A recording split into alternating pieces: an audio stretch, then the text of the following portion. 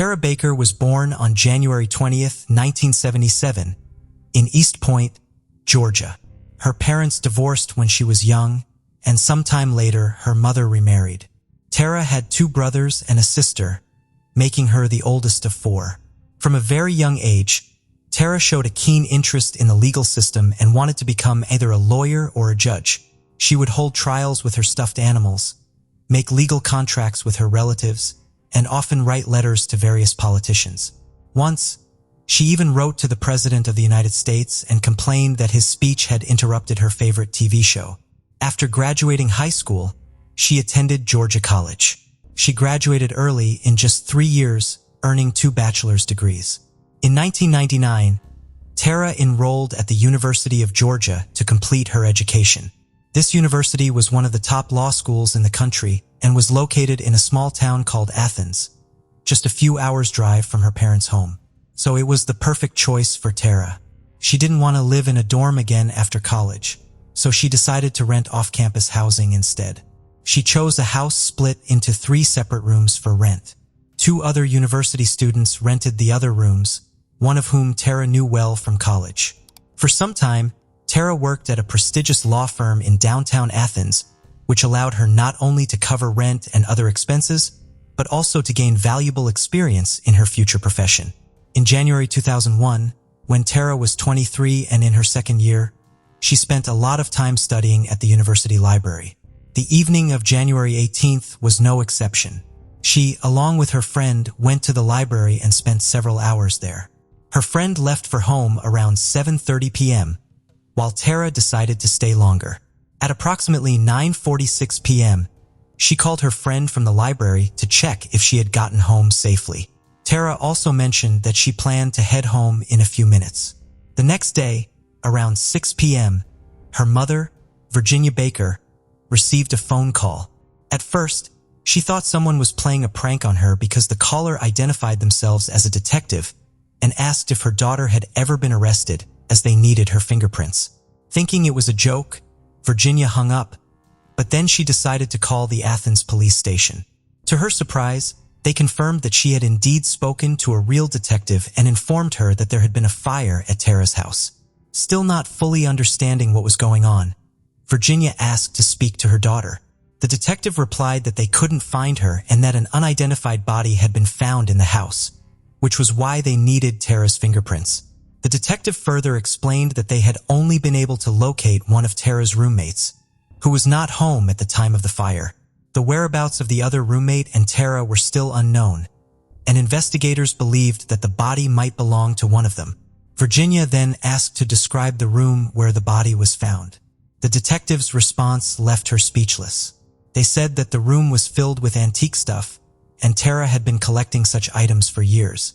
Tara's family immediately drove to Athens, hoping it was all just a misunderstanding and that Tara was okay. When they arrived at the police station, they were kept waiting for a long time without any information. Several hours later, a detective finally informed them that the body found in the house belonged to Tara and that she had been murdered, not killed in the fire. The detective then said he was too tired to answer their questions. Before leaving, he added that Tara had left them a gift. Under her nails, experts had found fragments of the perpetrator's skin, which might help identify him. Tara's relatives, shocked by the news of her murder, were left in confusion and despair. Despite their pleas for more information, the police did not provide any further details. The family desperately tried to get some answers, but detectives continued to refuse to share any information with them.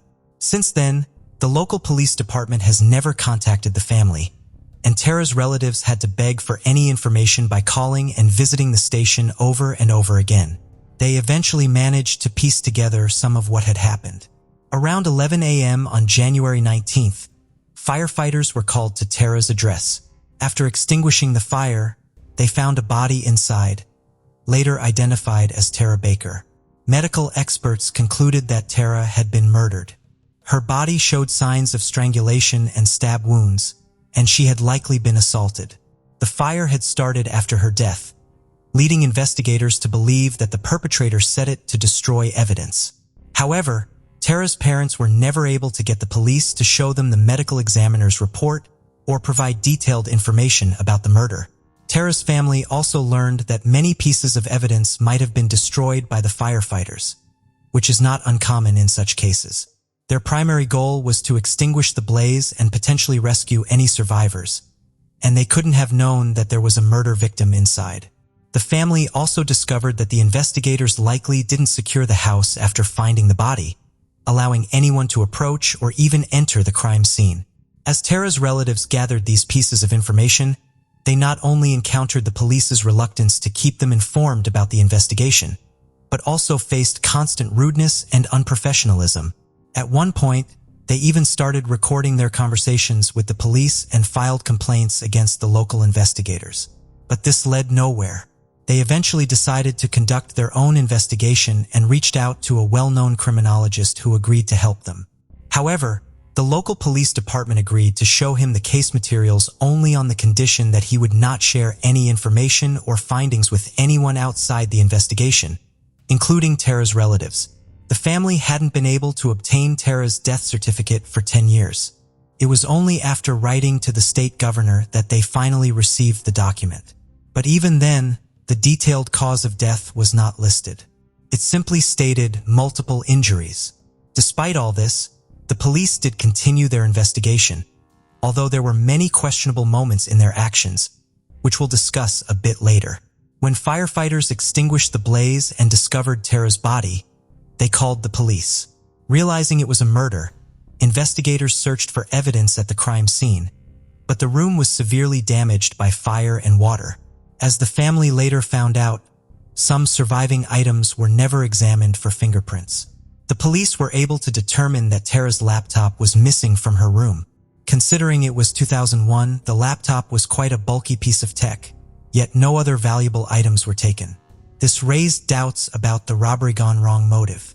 There were no signs of forced entry, leading investigators to believe that Tara might have known her killer and let them involuntarily. Although the fire and firefighting efforts had damaged the crime scene so much that it was difficult to be certain.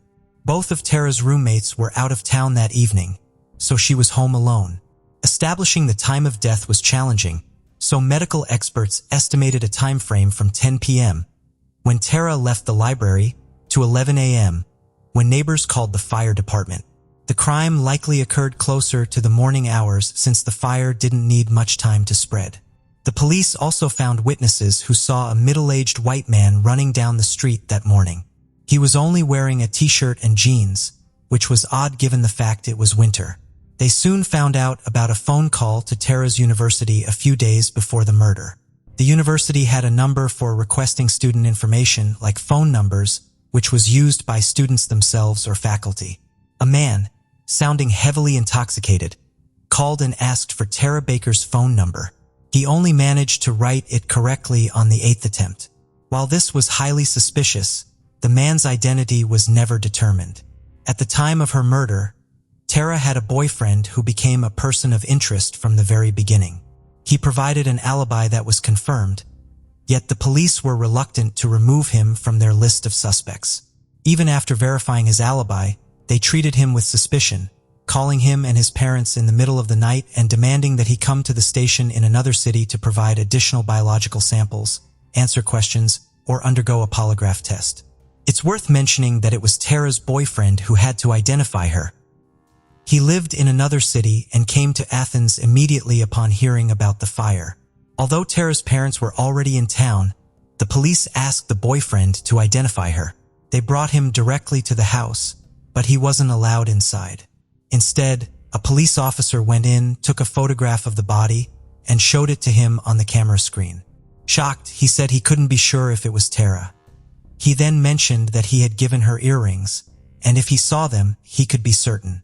The officer went back inside, removed the earrings from the body, and showed them to him. Only after that did the boyfriend confirm they belonged to Tara. The police soon focused their attention on another individual, a student who attended the same classes as Tara and had a troubling reputation. Several female students came forward, saying that he repeatedly asked various girls out on dates and often didn't take no for an answer. He had also asked Tara out multiple times, even though she had been telling him that she had a boyfriend. Some girls also mentioned that this person scared them with his creepy behavior and made them feel uncomfortable. Detectives began to investigate him, but they couldn't find any evidence linking him to the crime. At one point, they even asked Tara's friend to keep an eye on him, which was a quite controversial move, but it led nowhere. Another suspect was an attorney who worked at the same company as Tara. Talking to her colleagues, investigators found out that shortly before the murder, the man began acting quite strangely. In their company, there was a close-knit group of employees who socialized outside of work pretty often. At some point, this attorney suddenly quit their group. Moreover, just a few days before the incident, he told Tara that he wouldn't be able to attend her birthday celebration, which was scheduled for the day after the murder. On the morning of January 19th, before the fire started, one of Tara's colleagues decided to try and convince him to come to the celebration since Tara considered him a good friend and she was hurt by his sudden decision. The colleague went to his office, but he wasn't there. Considering that his workday had already begun, this was strange. He had always been present at the office in the mornings, but on that particular day it wasn't the case. The colleague also checked his work schedule, thinking he might have meetings, but it was empty. He didn't show up that day, but the next day he went to another colleague's house and behaved quite strangely. Many people who knew him suspected that he regularly used illicit substances, which could have explained his behavior. But there was more.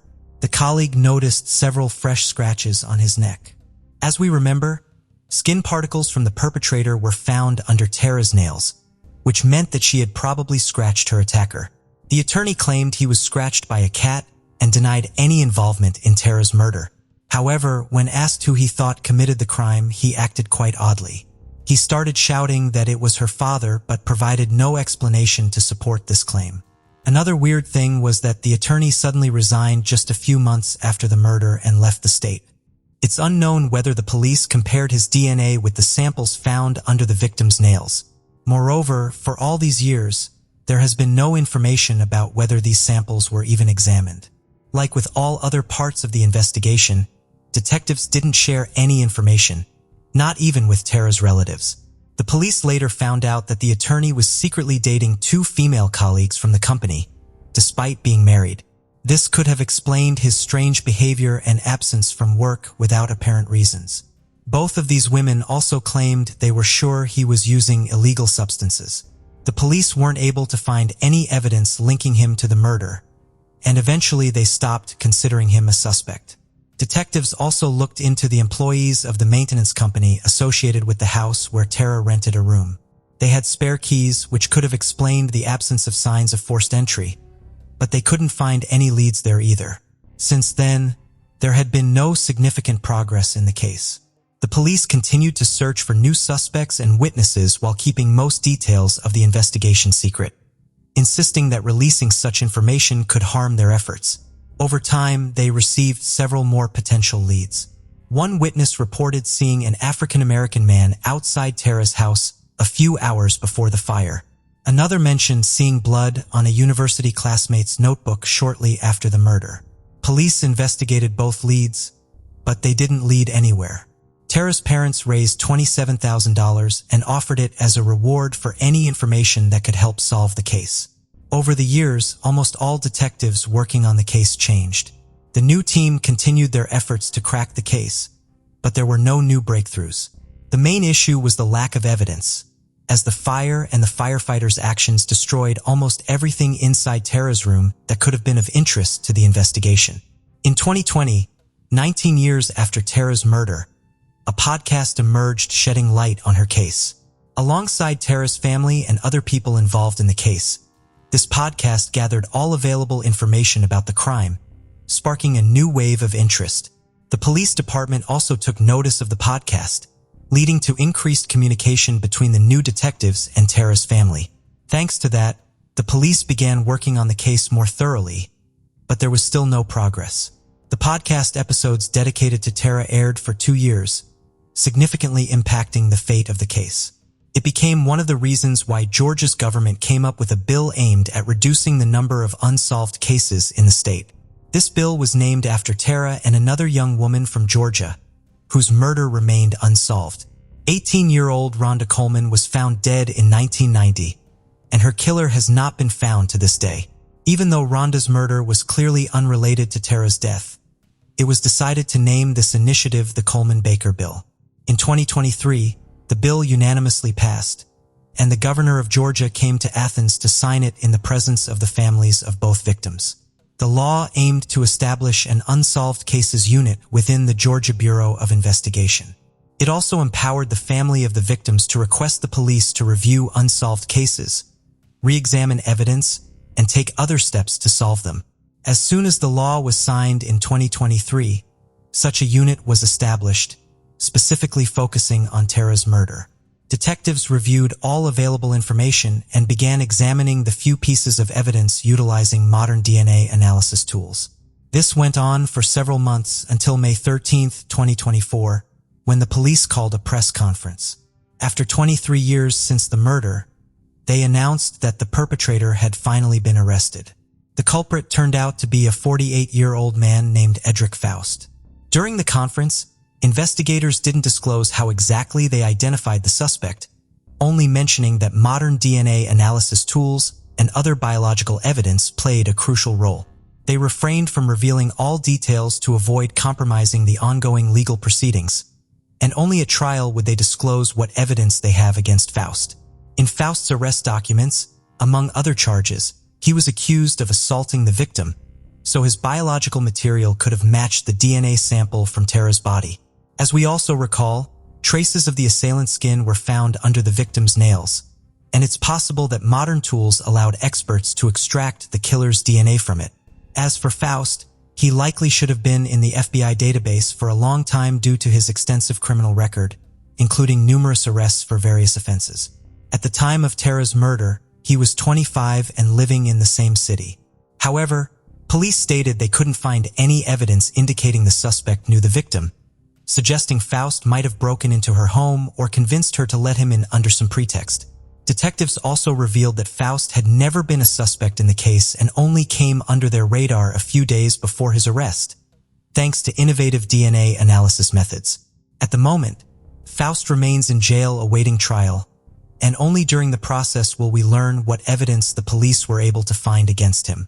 Apparently, detectives did obtain indisputable DNA evidence, as Faust was denied bail. They have no doubt that Faust is responsible for Tara's murder, so her case is officially closed.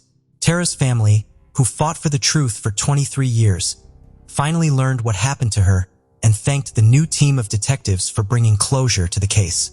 As for Rhonda Coleman, the other woman after whom the law was named, her case remains unsolved.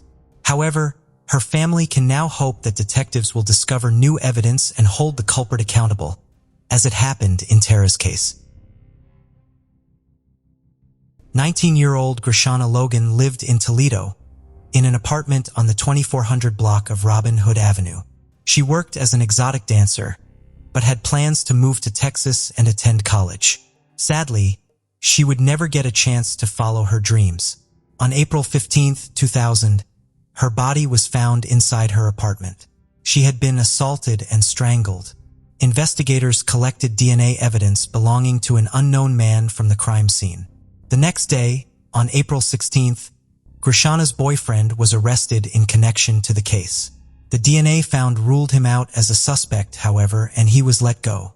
Despite DNA being able to rule people out, it was not advanced enough to identify the suspect, and the case went cold. Recently, investigators reopened the case and made use of genetic genealogy to finally make progress. A DNA profile could be created from the suspect. Cody's did not deliver any matches, so the DNA was submitted to public DNA databases. On January 4, 2021, the Ohio Bureau of Criminal Investigation notified the Toledo Police and the Lucas County Prosecutor's Office that a match had finally been made for the DNA found at the crime scene back in 2000. It matched the DNA of Kenneth Marshall, who lived in Hammond, Indiana. Not only did his DNA show that he was responsible for what happened to Grishana, but it also linked him to 2 different sexual assault cases. Marshall was arrested on January 15th by the Hammond police. Lucas County Cold Case Task Force members interviewed him after his arrest. He was then taken to Ohio and booked into the Lucas County Jail on January 25th. 4 days later, on January 29th, Marshall appeared for an arraignment by video, and his bond was set at $1.3 million. 60-year-old starlet Belle, who now lives in Texas, remembers April 15, 2000, like it was just yesterday. She was at work as a nurse in Toledo when she learned one of her nieces, Grishana, had lost her life. "My other niece called me, and she is screaming at the top of her lungs. At the same time, I hear on the TV, a young lady's life was taken, and then the name came across the screen," Belle said. Her life was cut short at the worst time because she was so excited about her new start, coming to Texas and going to college. It was all taken away from her. Starlet believes that Marshall knew Grishana because of the work she did as an exotic dancer. "I actually believe he followed her from there. I didn't believe it was random at all. I heard rumors about her being afraid of a guy who really matched Marshall's description. When I saw his picture, I actually said to my sister, that looks like the guy she used to describe." Belle said that Grishana is at peace now, and it is time her family got peace as well. They never gave up hope for answers and hope that Marshall gets life in prison if convicted. Joanne Howell was a talented singer in Australia and was well known in the country in the 1970s. By 2007, 51-year-old Joanne worked as a secretary for a security company. She lived in an apartment in Newstown, Melbourne, with an ex-boyfriend she had broken up with. On April 21st, Joanne's body was found inside her apartment. She had been beaten and strangled. Despite paramedics' efforts to save her, she passed away at the scene. Neighbors came forward and said that on the day they heard a lot of arguing between Joanne and her ex-boyfriend. His name is Paul Charlton, and he was 52 years old at the time. On the day her life was taken, Joanne told him that he had 4 weeks to move out. He was interviewed by investigators and said that he left the apartment to take the dog for a walk. When he returned, he saw what happened to Joanne and called the police. To investigators, it definitely seemed that Paul was responsible for what happened to Joanne, but they needed more evidence. A witness came forward claiming that they saw a man acting strangely in the vicinity of Joanne's apartment around the time her life was taken. A medical examiner determined that Joanne passed away at roughly 9 p.m. Charlton called the police after 11 p.m. This meant that he would have had to be out walking the dog for more than 2 hours, which is not impossible but a bit unlikely.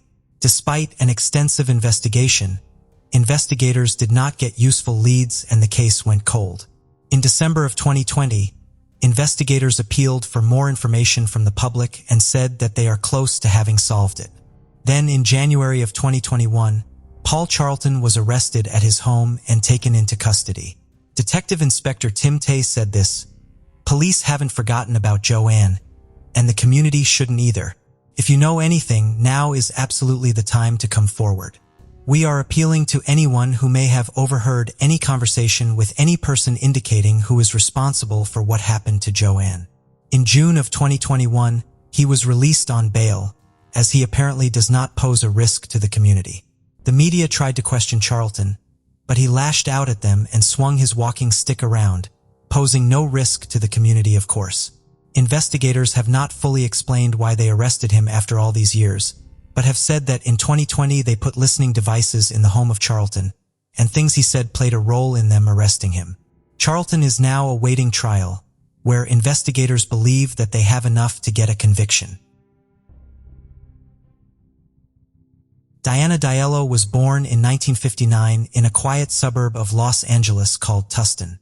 Her dad was in the military and her mom worked at a small clothing factory. When Diana was 19, she met a guy named Kevin Green. She was at a bar with her friend when some men started bothering them. One was being too pushy, so Kevin decided to step in. After he made the guy go away, Diana offered to buy him a drink to say thanks. A few days later, they went on a date, and things moved pretty fast from there. At the time, Kevin was already married, but he and his wife were in the process of getting divorced. Meanwhile, he and Diana moved in together and she got pregnant. As soon as Kevin's divorce was finalized, they got married the same day, eagerly awaiting the birth of their daughter. They rented an apartment in a small complex in Tustin. Kevin served in the Marines, working as a helicopter mechanic at the nearby base. Diana used to work with her mom at the clothing factory, but as her pregnancy progressed, She chose to stay at home and prepare for the arrival of her daughter. By the end of September 1979, Diana was 9.5 months pregnant, and she was due to go to the hospital any day now. On the evening of September 30th, after watching a movie together, Diana and her husband got into an argument. The stress of impending parenthood had been weighing on both of them, so they'd been fighting quite a bit lately. Kevin decided to take a drive to a nearby fast food joint to clear his head and also avoid making the whole situation even worse. About 40 minutes later, a local police department received a chilling call. It was Kevin. He said that someone had shot his wife and she needed an ambulance as soon as possible. At that time, a patrol car was nearby, and officers quickly arrived at the scene. Upon entering the apartment, they found Diana lying on the bed in her bedroom, covered in blood, seemingly from a head wound resembling a gunshot. The bedroom wall was also splattered with blood.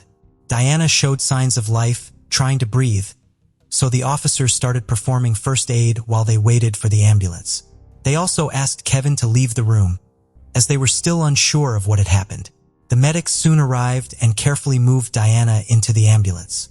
At first, they also thought she had a gunshot wound, but quickly realized it wasn't the case.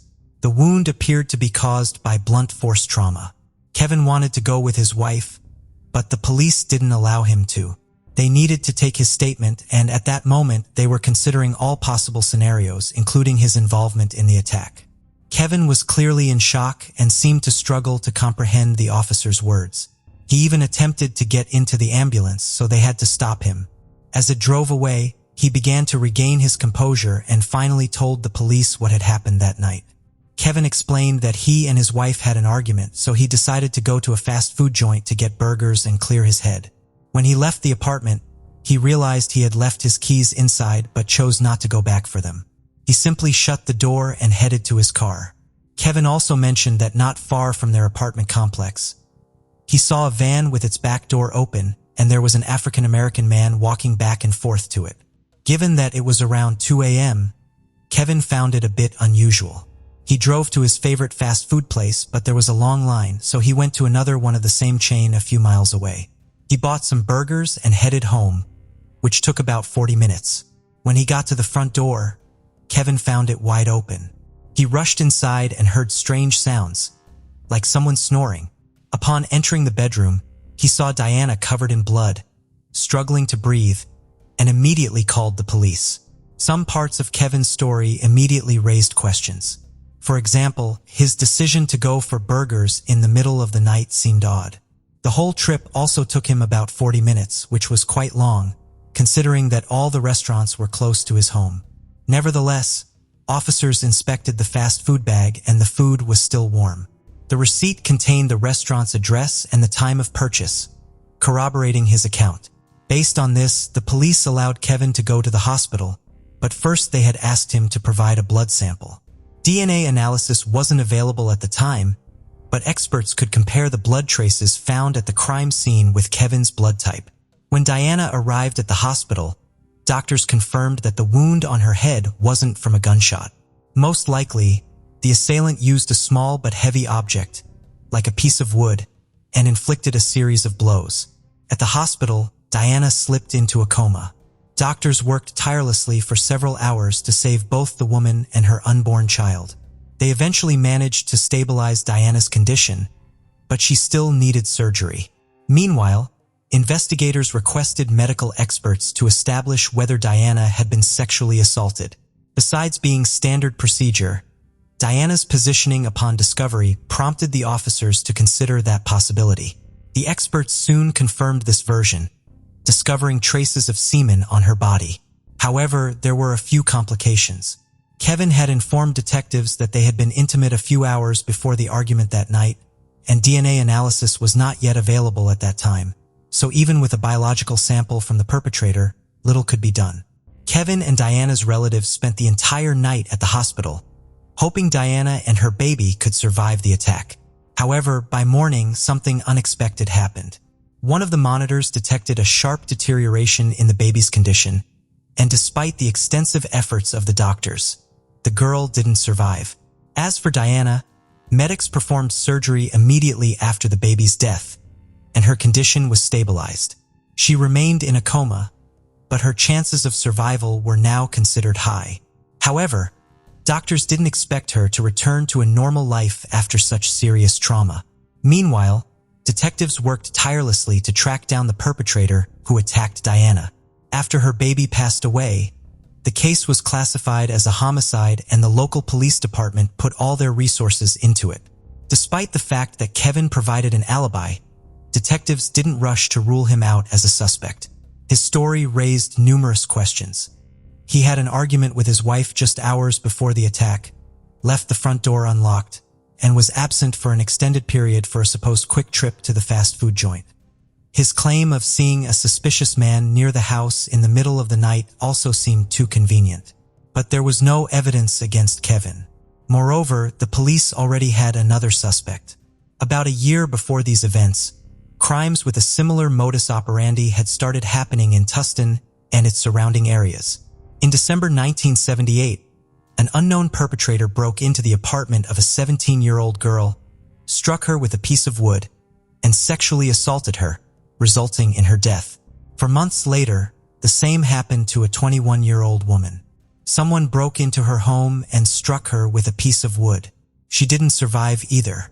In July 1979, the unknown perpetrator entered another woman's apartment and did the same to her, but she managed to survive.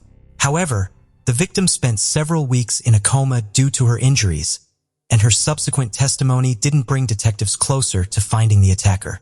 In September 1979, less than a month before Diana's attack, the same happened to a 31-year-old woman who died the next day. Her son provided investigators with a description of the assailant, but the man still couldn't be identified. All these crimes shared striking similarities, just like the attack on Diana. Police were almost certain that they were dealing with a serial killer, and all their efforts were focused on catching this individual. He had already gotten a nickname, the Bedroom Basher. Considering that the perpetrator was committing his crimes with short intervals and operating in a relatively small suburban area of Los Angeles, detectives believed that he could strike again very soon. They decided to reach out to the public through the media and warn all women who lived alone, especially those in lower-floor apartments, as they were apparently the preferred targets of the suspected serial killer. This sparked a wave of panic. Women began clearing store shelves of any means of protection, signing up for self-defense courses, and staying with friends and relatives, trying to safeguard themselves from the dangerous criminal. Police also began patrolling the streets at nightfall. Detectives interviewed anyone who could have had any connection to these crimes, and soon they received their first leads. Several neighbors of the victims reported seeing a suspicious white man with dark, thick hair near their houses. Although this description was quite superficial, police located several matching men, investigated them, but it led nowhere. A week after Diana's attack, doctors informed her loved ones that she had finally regained consciousness. But there was a serious problem. Diana couldn't speak or remember anything, and according to the doctors, her brain needed some time to recover, functioning at the level of a 6-year-old child. Around the same time, another attack happened in Tustin. An unknown assailant broke into the apartment of a 24-year-old woman, struck her several times with a piece of wood, and sexually assaulted her. Tragically, the victim died and the police once again failed to catch the culprit. Diana spent several more days in the hospital and her mind began to gradually return to normal. However, she had almost completely lost her memory and still couldn't recall even her parents. Doctors said her memory might eventually return, but warned her family not to recount anything to her, and to allow her to remember everything on her own. Once her life-threatening condition passed, she was discharged from the hospital and her family took her home. Since Kevin needed to work on the military base to pay the bills, they moved in with Diana's parents, who could care for her around the clock. 2 weeks later, another tragic attack occurred in the city with a similar modus operandi, and this time, the unknown assailant killed a 17-year-old girl. After being discharged from the hospital, Diana started attending physiotherapy and her condition gradually improved. She still couldn't speak or remember what happened to her, but everything suddenly changed 6 weeks after the attack. During a physiotherapy session, the therapist brought up the attack and asked if Diana still couldn't remember who did it to her. To the doctor's surprise, Diana suddenly nodded and pointed to her wedding ring. When Diana's mother came to pick her up, the doctor told her about this, and the mother asked her daughter, "Was it Kevin who attacked you?" And Diana nodded. Right after that, her mother took her to the police station where she spoke with the lead detective. He asked Diana a few more questions, and she confirmed that she suddenly remembered the moment of the attack, and the perpetrator was none other than her husband. For the detective, this completely changed the course of the case. He and his team were almost certain that Diana was attacked by the same serial criminal responsible for the other similar attacks. But now, the detective faced several questions. Could Kevin be the bedroom basher? He lived in the same area where the attacks happened, and even matched the description provided by several witnesses who saw a white man with dark hair. Or, did Kevin decide to get rid of his wife by disguising himself as the active killer? Considering that all the actions of the bedroom basher were almost identical each single time, it wouldn't have been difficult. The detective thought that if he arrested Kevin now, his involvement in other crimes might never be proven, and Kevin himself could flee as soon as he realized he was caught. So he made a difficult decision. He asked Diana and her mother to pretend that Diana still remembered nothing and to return home to Kevin. This was obviously a huge challenge for both of them, but they agreed nonetheless. Investigators put Kevin under surveillance and closely monitored all his movements, hoping to eventually link him to other attacks. Police spoke with Kevin's friends to learn more about the suspect, and they quickly found out something interesting. Those who knew him well said that his relationship with Diana was quite tense. The couple argued frequently, a fact also confirmed by neighbors who often heard their screams. According to friends, Kevin regularly complained to them that Diana refused to be intimate with him in the final months of her pregnancy. Yet, Kevin had described his relationship with Diana to detectives as nearly perfect. But besides that, detectives couldn't gather any additional useful information. Kevin behaved quite normally. He went to work and came back home without lingering anywhere else, and didn't raise any suspicions. The police also received results from the lab revealing an interesting discovery. Besides the attacker's semen, they found skin particles with blood under Diana's nails. Specialists matched the blood type of the attacker to Kevin's blood sample, and it matched. It meant that Kevin had the same blood type as the person who attacked Diana. Based on this information, detectives came up with the most likely version of what had happened on that fateful night. Kevin indeed bought burgers at a fast food joint a few miles from home. The time on the receipt and cashier's words confirmed his presence. So detectives believed he could have attacked Diana before leaving home, then quickly went to the fast food restaurant to create an alibi, explaining the extended 40-minute trip. Regarding motive, detectives theorized that Diana's refusal to engage in intimacy served as the trigger. Despite Kevin's claim that they had had sex hours before the incident, he frequently complained to friends about Diana's reluctance for months. Given the severity of the attack, detectives believe this was Kevin's breaking point. The police re-interviewed Diana, who confirmed she vividly remembered the attack and Kevin was indeed the one who assaulted her. During the conversation, her mother said they could no longer pretend and live under the same roof as Kevin. After that, detectives decided to arrest him and proceed with legal action. Kevin was taken into custody while he was at a store to avoid risking Diana's family and conducting the arrest at their home. Kevin refused to admit guilt, insisting that everything happened exactly as he had told them. Preparation for the trial took 10 months. During this time, Diana's physical condition gradually improved. She could speak again, although not without difficulty. Diana was also examined by several doctors, who came to a unanimous conclusion that her brain had sufficiently recovered, and she was a reliable witness.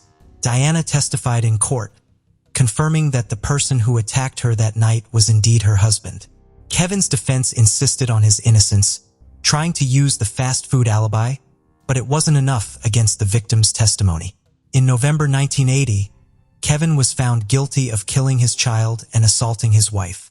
He was sentenced to 15 years to life in prison. Regarding Kevin's possible involvement in other murders and assaults, detectives noticed something interesting. Before Kevin's arrest, 2 more similar crimes occurred in their county, but both victims survived. They still hadn't been able to identify the attacker, so his identity remained unknown. But after Kevin's arrest, the attacks suddenly stopped. Before that, the bedroom basher committed his crimes quite frequently, sometimes with only a few weeks between them. But once Kevin was arrested, there were no more similar crimes at all. Right after the sentencing, Diana filed for divorce, and Kevin didn't try to object to it. Since then, Diana continued to work on her recovery, but it was quite challenging considering the injuries she sustained. Her brain almost returned to normal, but some problems remained with her forever. She partially lost her hearing and vision and still struggled to speak. As for Kevin, he continued to insist on his innocence for years. His time in prison wasn't easy. Other inmates repeatedly attacked him for killing a child, and Kevin ended up in the hospital multiple times. When he had the opportunity to apply for parole, the commission denied it, and over the following years, he received 3 more denials. The main reason for these decisions was that Kevin had never admitted his guilt, which was seen as a lack of remorse. When DNA analysis became widely utilized in forensics, Kevin attempted to request analysis of the existing samples in comparison with his DNA, but this request was rejected due to the fact that he didn't have enough money to pay for the analysis. This went on until 1996, when the police department reopened the investigation into a series of attacks allegedly committed by the bedroom basher.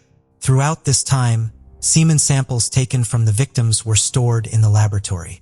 Now, detectives had the opportunity not only to determine if one person was behind all these crimes, but also possibly to identify them. Kevin remained the prime suspect, but when experts obtained the DNA profile of the perpetrator and added it to the database, there was an unexpected twist. All these samples matched another man named Gerald Parker. Parker was arrested in the same year as Kevin. He assaulted a 13-year-old girl in Tustin and was caught shortly after. At the time, detectives did not link this crime to the series of attacks because they had a different pattern. While the bedroom basher targeted victims late at night in their apartments, Parker abducted the girl on the street. Since then, he had been serving his sentence in prison and was set to be released in just a few days. After investigators obtained DNA matches for Parker in all the unsolved cases, they also remembered the attack on Diana. Although this crime was considered solved, detectives still considered its connection to the other similar cases highly likely. Now they understood that Kevin definitely wasn't the serial killer, leaving them with just one question. Did he really attack his wife? Interestingly, during those years, Parker served at the same military base as Kevin and also owned a dark-colored van. As we recall, on the very first day, Kevin told the police that he saw an African-American man in front of their house, walking near a dark van. This made detectives wonder, what if Parker was behind the attack on Diana? The local prosecutor visited Kevin in prison and informed him of the progress in the investigation of the bedroom basher murder series. He then asked Kevin to provide a direct sample of his DNA for analysis. Kevin, who had been trying to do this for years, immediately agreed. While experts conducted the analysis, detectives went to see Parker in prison. At that point, they hadn't yet charged him with a series of attacks because they needed time to prepare such a complex case. Nevertheless, the police decided to talk to the suspect, hoping he might give them a confession. Parker began to deny his involvement in the series of crimes, so detectives shifted the conversation to the attack on Diana. Before questioning him, they reviewed Parker's case and found something interesting. After his arrest for assaulting the girl, he told the police that military service was the best thing that had ever happened to him. Detectives decided to use this to their advantage and questioned how he could let another soldier take the blame for his crime. They continued pressing Parker, appealing to his loyalty to the military, until he suddenly said that another person was indeed serving time for the murder he committed. He continued, admitting that on that night, he did indeed drive to Kevin's house in his van. His plan was to roam the neighborhood, peering into ground floor windows, as he had done many times before, looking for his next victim. But this time, he heard screams from Kevin and Diana's apartment, and a man came out onto the street. Parker noticed that he didn't lock the door, waited for a few minutes, then entered the apartment and assaulted Diana. He also said that he didn't know her husband since they had different duties on the military base. Parker also confessed to the other crimes, admitting to 6 murders and 3 non-lethal attacks. After the police obtained confessions, DNA results proved Parker's involvement and Kevin's innocence. The prosecutor promised to overturn his sentence as soon as possible, and a few days later, Kevin walked free after spending 16 years behind bars. The twist in this case caused a widespread outcry. It wasn't just because an innocent man spent nearly half his life for someone else's crime, but also because it took so long for the police to establish the real killer's identity. However, that wasn't the last twist in this case. When Kevin was released, the state of California agreed to pay him $10,000, which was a relatively small amount of money even for those times. Several years later, he got an additional compensation of $100 for each day spent in prison, totaling $620,000. But the story didn't end there. Despite Kevin's full exoneration, Diana refused to believe in his innocence. Up until that point, she had claimed Kevin was the only one who attacked her. However, after biological material from her body matched Parker's DNA, she came up with a new version. Diana claimed that on that night, Kevin attacked and assaulted her before leaving, and then Parker entered the apartment and did the same to her. Parker himself repeatedly stated that when he entered the apartment, the woman was simply lying on the bed, without any visible injuries or signs of distress. He also claimed that he was the one who struck her on the head. Diana's family proposed another theory, suggesting that Kevin might have asked Parker to commit the crime, which is why he left the house that night, leaving the door open. But Parker continued to insist that he didn't know Kevin. There were numerous people on the military base, many of whom didn't know each other personally. Besides, such a version would imply that Kevin should have known Parker was the serial killer to ask him something like that, which he vehemently denied. Kevin also denied any connection with Parker, insisting he would never harm Diana, let alone their unborn daughter. He maintained that he left the door unlocked simply because he didn't want to return for the keys right after the argument with his wife. He also added that he still blames himself for that decision. Diana insists on her version of events to this day, and there could be a simple explanation for that. The trauma she endured as a result of the attack had a profound impact on her brain. When she emerged from the coma, doctors warned all her relatives not to tell her of what had happened. The reason was that at the time, her brain could accept any information as true, and she would believe such memories to be accurate and real. It's worth noting that even at the time of Kevin's release, 16 years after the incident, she continued to experience serious difficulties. For example, Diana struggled to process fast speech, indicating that the consequences of the trauma had an irreparable impact on her brain. It cannot be ruled out that the trauma is the primary reason for her conviction of Kevin's involvement. As for Parker, in 1999 he was sentenced to death, but this sentence has never been carried out. After many years of waiting in prison, California imposed a moratorium on executions, so Parker continues to serve his sentence behind bars to this day. 15-year-old Farrah Carter lived in Broward County, Florida with her family in 2002. They had recently started renting on Southwest 27th Street. On May 22nd, Farrah was home alone. Later in the day, her mother and sisters entered the home. They made a gruesome discovery. Large pools of blood covered the tile floor and the wall of the family room. A chair was knocked over, a glass jar shattered on the floor, and a couch had been pushed across the room against the window and blinds. In Vera's bedroom, her family found her body. She had multiple stab wounds. Investigators found a shoe print inside the house and also an ATP tour hat that did not belong to anyone in the family. A man across the street told investigators he saw Vera talking to a man at the front door on the morning her life was taken. The man wore a hat similar to the one found inside the house. He tried to make his way inside but he gave up and left. It was then believed that the same man later made his way into the house successfully. A $1,000 reward for information was issued and flyers were sent out around town. Investigators also tested items they had collected for evidence, but were unable to make any DNA matches. The case soon went cold. In 2019, investigators decided to make use of genetic genealogy. They submitted the items they had collected into public DNA databases.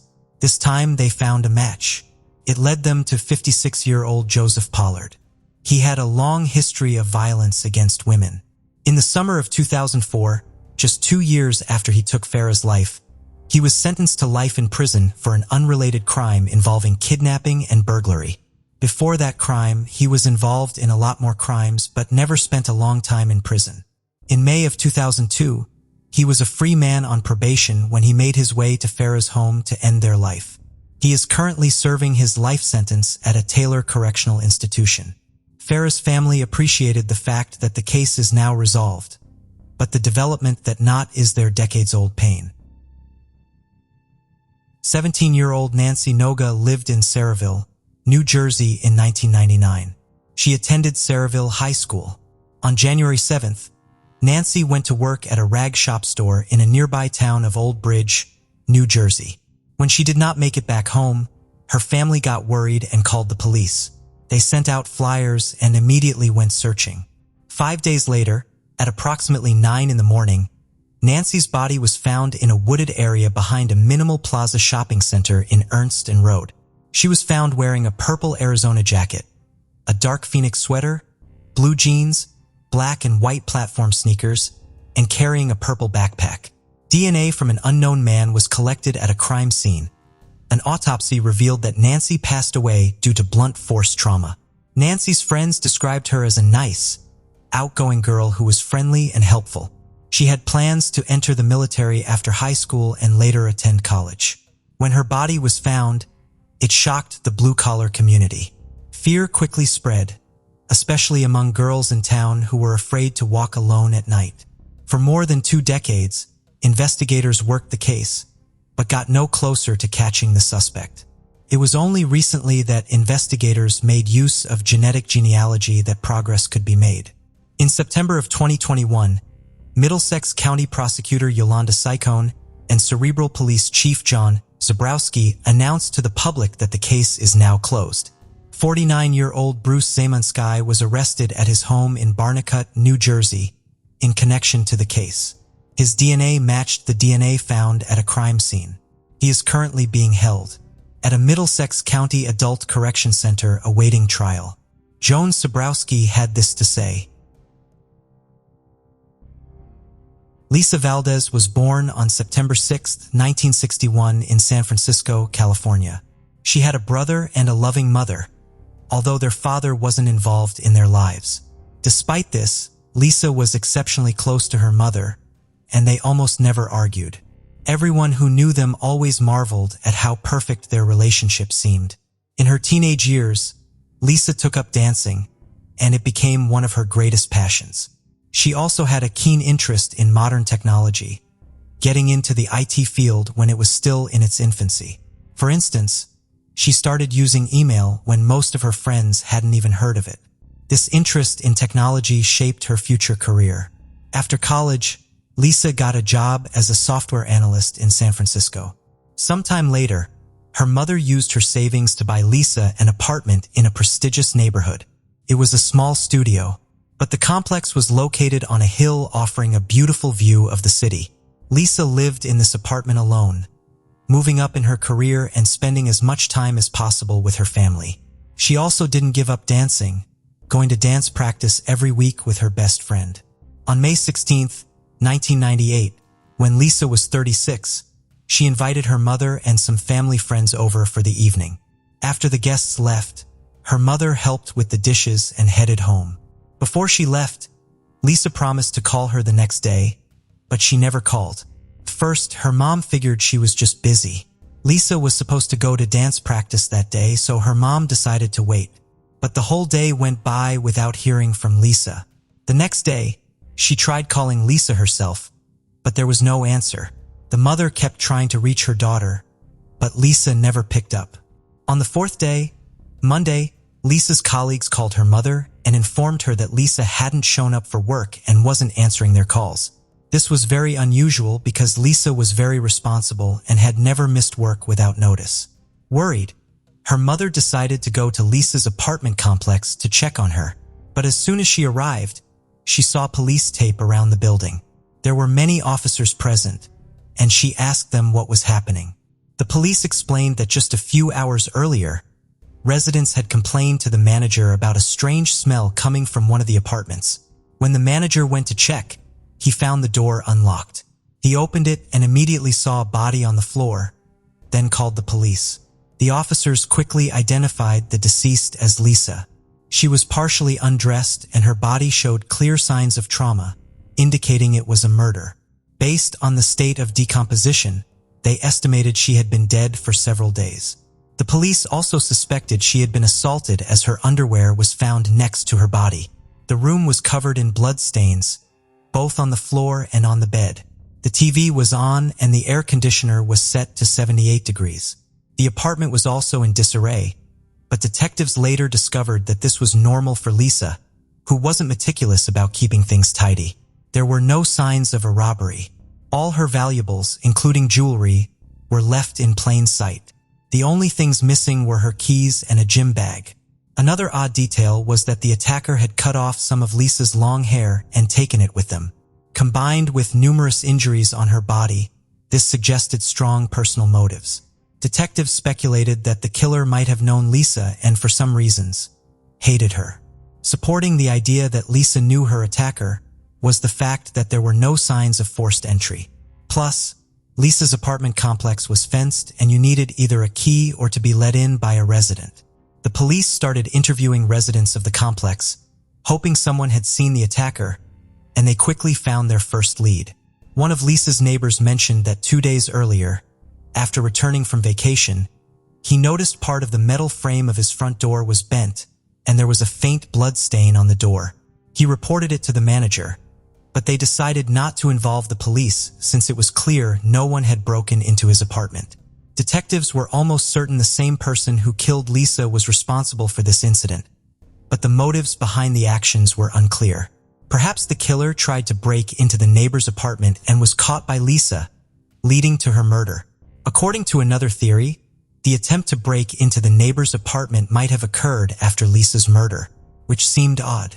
Detectives talked to the housekeeper who cleaned Lisa's apartment every week.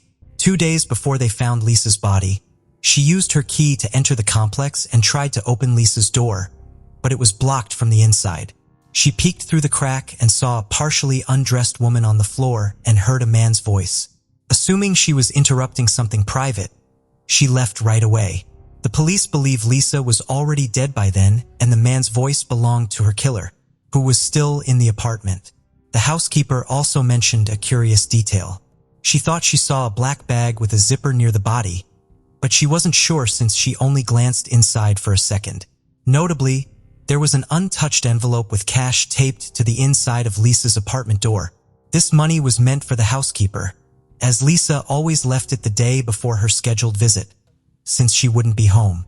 The presence of the envelope indicated that Lisa was likely attacked after her mother left, between midnight and early morning hours, as this was when she would have left the money. This theory was soon confirmed by the neighbors living on the floor below. They reported hearing noises from above that night, sounding like thumps, followed by someone coming down the stairs, though they didn't see who it was. While medical experts examined Lisa's body, detectives continued searching her apartment for clues. They soon noticed something unusual. The toilet seat was up, which was odd for a woman living alone. Forensic experts examined it and found a partial fingerprint that didn't belong to Lisa. The police collected fingerprints from all of Lisa's acquaintances and relatives, who might have been in her apartment, but none matched. This led detectives to believe the fingerprint might belong to the killer. The medical experts soon finished their report, giving a new lead. Lisa's body had over 20 stab wounds, but because of the decomposition, they couldn't tell if she had been sexually assaulted. However, they found defensive wounds on her body, indicating that Lisa tried to fight off her attacker. The experts also found skin particles under her nails, likely from the killer, and sent them to the lab for analysis. Meanwhile, forensic experts examined evidence from the apartment and found a crucial clue. One of the pillowcases had numerous blood stains, but analysis revealed that not all the blood belonged to Lisa. Some stains were different, so the pillowcase was sent to the lab for further examination.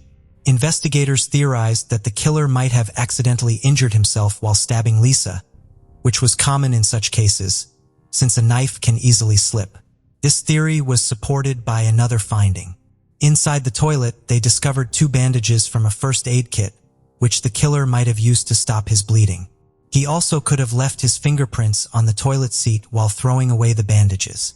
DNA analysis showed that the blood on the pillowcase belonged to an unknown man, not in the FBI database. The skin particles from under Lisa's nails also matched this man, as did the blood stain on her neighbor's door. Although there were no matches in the DNA database, detectives now had the killer's DNA profile. They began comparing it with samples from suspects in their system who had committed crimes in Lisa's area and also started looking closely at her acquaintances. Lisa's mother revealed that Lisa had been dating a man named Albert Quito, and they were supposed to go on a date the day after the murder. However, Quito had canceled it just a few days prior. Detectives brought Quito in for questioning, and they immediately noticed a large cut on his hand. They suspected that the killer might have injured his hand while stabbing Lisa, and this is common in such attacks. This immediately made Kettle a suspect, but he denied any involvement in the murder.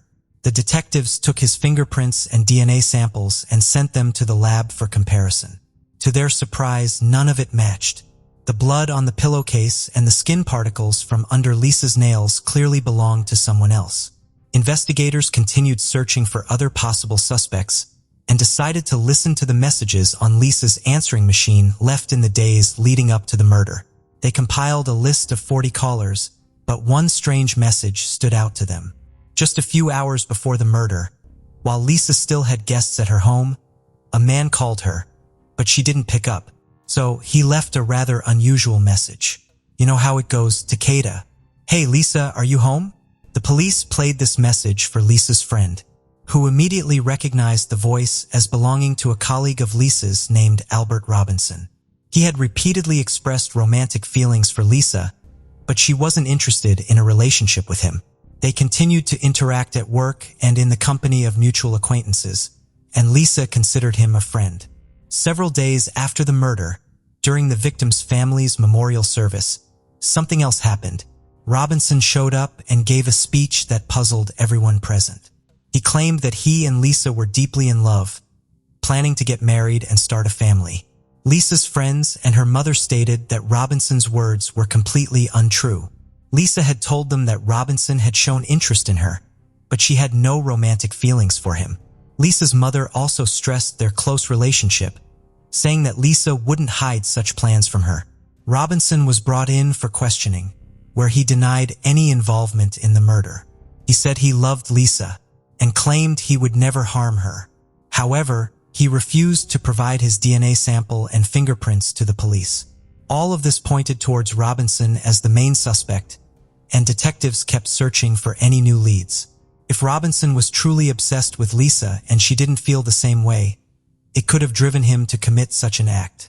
The brutality of the crime strongly suggested personal motives, and the fact that the killer had cut off some of her hair and taken it with him could be connected to his obsession.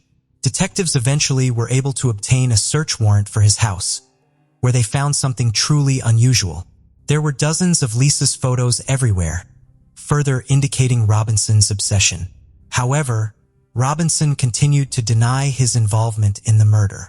This time, he provided his fingerprints and DNA sample.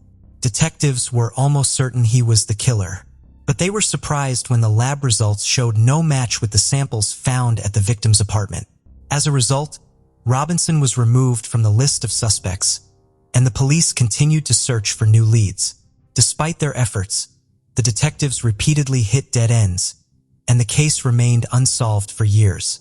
Investigators repeatedly sought updates on the comparison of the killer's DNA sample and fingerprints with databases, hoping that he would surface for some other crimes, but it never happened. Initially, police found it strange that someone who committed such a brutal crime wasn't in the databases, as they doubted it was his first serious offense. Over the following years, police continued to check for matches in the databases, but they always came up empty. Lisa's mother gave interviews on television multiple times, urging anyone with information to come forward, but detectives still couldn't find any new leads. In 2010, detectives learned that the FBI had started using a new DNA technology to compare the suspects' samples with individuals in the database to locate their relatives. Unlike genetic genealogy, which emerged several years later, this method only worked with close relatives. For example, experts could find the father or a brother of the DNA owner in the database.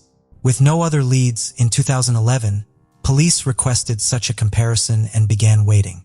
On September 2nd, the lead detective received a call from the FBI with two pieces of news, good and bad. They stated they wouldn't perform the comparison with possible relatives in the database, but the reason was quite unexpected. Before conducting such a comparison, experts always retested the suspect's DNA sample, and this time, 13 years after the murder, it came back as a perfect match. The DNA from blood and skin particles found under Lisa's nails matched a sample from a 52-year-old man named Anthony Hughes, who had just recently entered the FBI database. The man had an extensive criminal history spanning decades, but none of his crimes required his DNA sample to be entered into the FBI database. With changes in laws, criminals in California were required to submit DNA samples regardless of the severity of the crime. And Anthony's sample ended up in the database after he was arrested for a simple shoplifting incident. His fingerprints were also entered into the databases, and they matched the fingerprint found on the toilet seat in Lisa's apartment. Experts even identified the specific finger that left the print pretty easily. Before arresting the man, detectives attempted to find any other evidence that could connect him to the crime. Here, they encountered a surprising turn of events. 13 years ago, the police listened to messages left for Lisa on her answering machine. However, they only reviewed calls made to her phone before the murder. Now, after all these years, detectives suddenly discovered that Anthony Hughes had called Lisa just a day after her death and left her a message. His content was quite ordinary and did not raise any suspicions. However, had the police investigated Anthony back then, they would have not only discovered his extensive criminal record, but also something else. Upon reviewing Lisa's belongings, detectives examined her address book and found Anthony's phone number, confirming that the victim knew him. After talking to Lisa's friends, the police learned that she had apparently dated Anthony for a while in high school, and now the detectives had everything they needed to question the man. At that time, he didn't have a fixed address, so they decided to proceed carefully to prevent the suspect from fleeing. They arrested him, saying that the police were investigating a series of robberies in San Francisco, and he surrendered without resistance. During the interrogation, detectives started by asking about a series of robberies before smoothly transitioning to Anthony's criminal record. Eventually, they asked if he knew Lisa Valdez. At first, he said no, but when they showed her photo, he admitted they knew each other from high school. Anthony also claimed he hadn't seen her since the late 80s. Over several hours, detectives questioned him about the relationship and whether he'd seen her recently. Finally, they confronted him about his DNA found in Lisa's apartment in '98. Anthony suddenly began crying and asked for a pen and paper. Thinking he was ready to confess, they handed it over. But to their surprise, the man started hitting himself with the pen. They had to restrain him while he continued crying and shouting that they were trying to frame him for a crime he didn't commit. After that, Anthony was charged with the murder, and detectives informed Lisa's relatives that her killer had finally been caught. However, they had to wait another 4 years before the trial began. In court, Anthony initially appeared confident, even arrogant, and smirked. But as the proceedings continued, he began showing up with a Bible in hand and a cross around his neck, which the detectives saw as an attempt to sway the jurors. His lawyer insisted Anthony couldn't physically have committed the murder.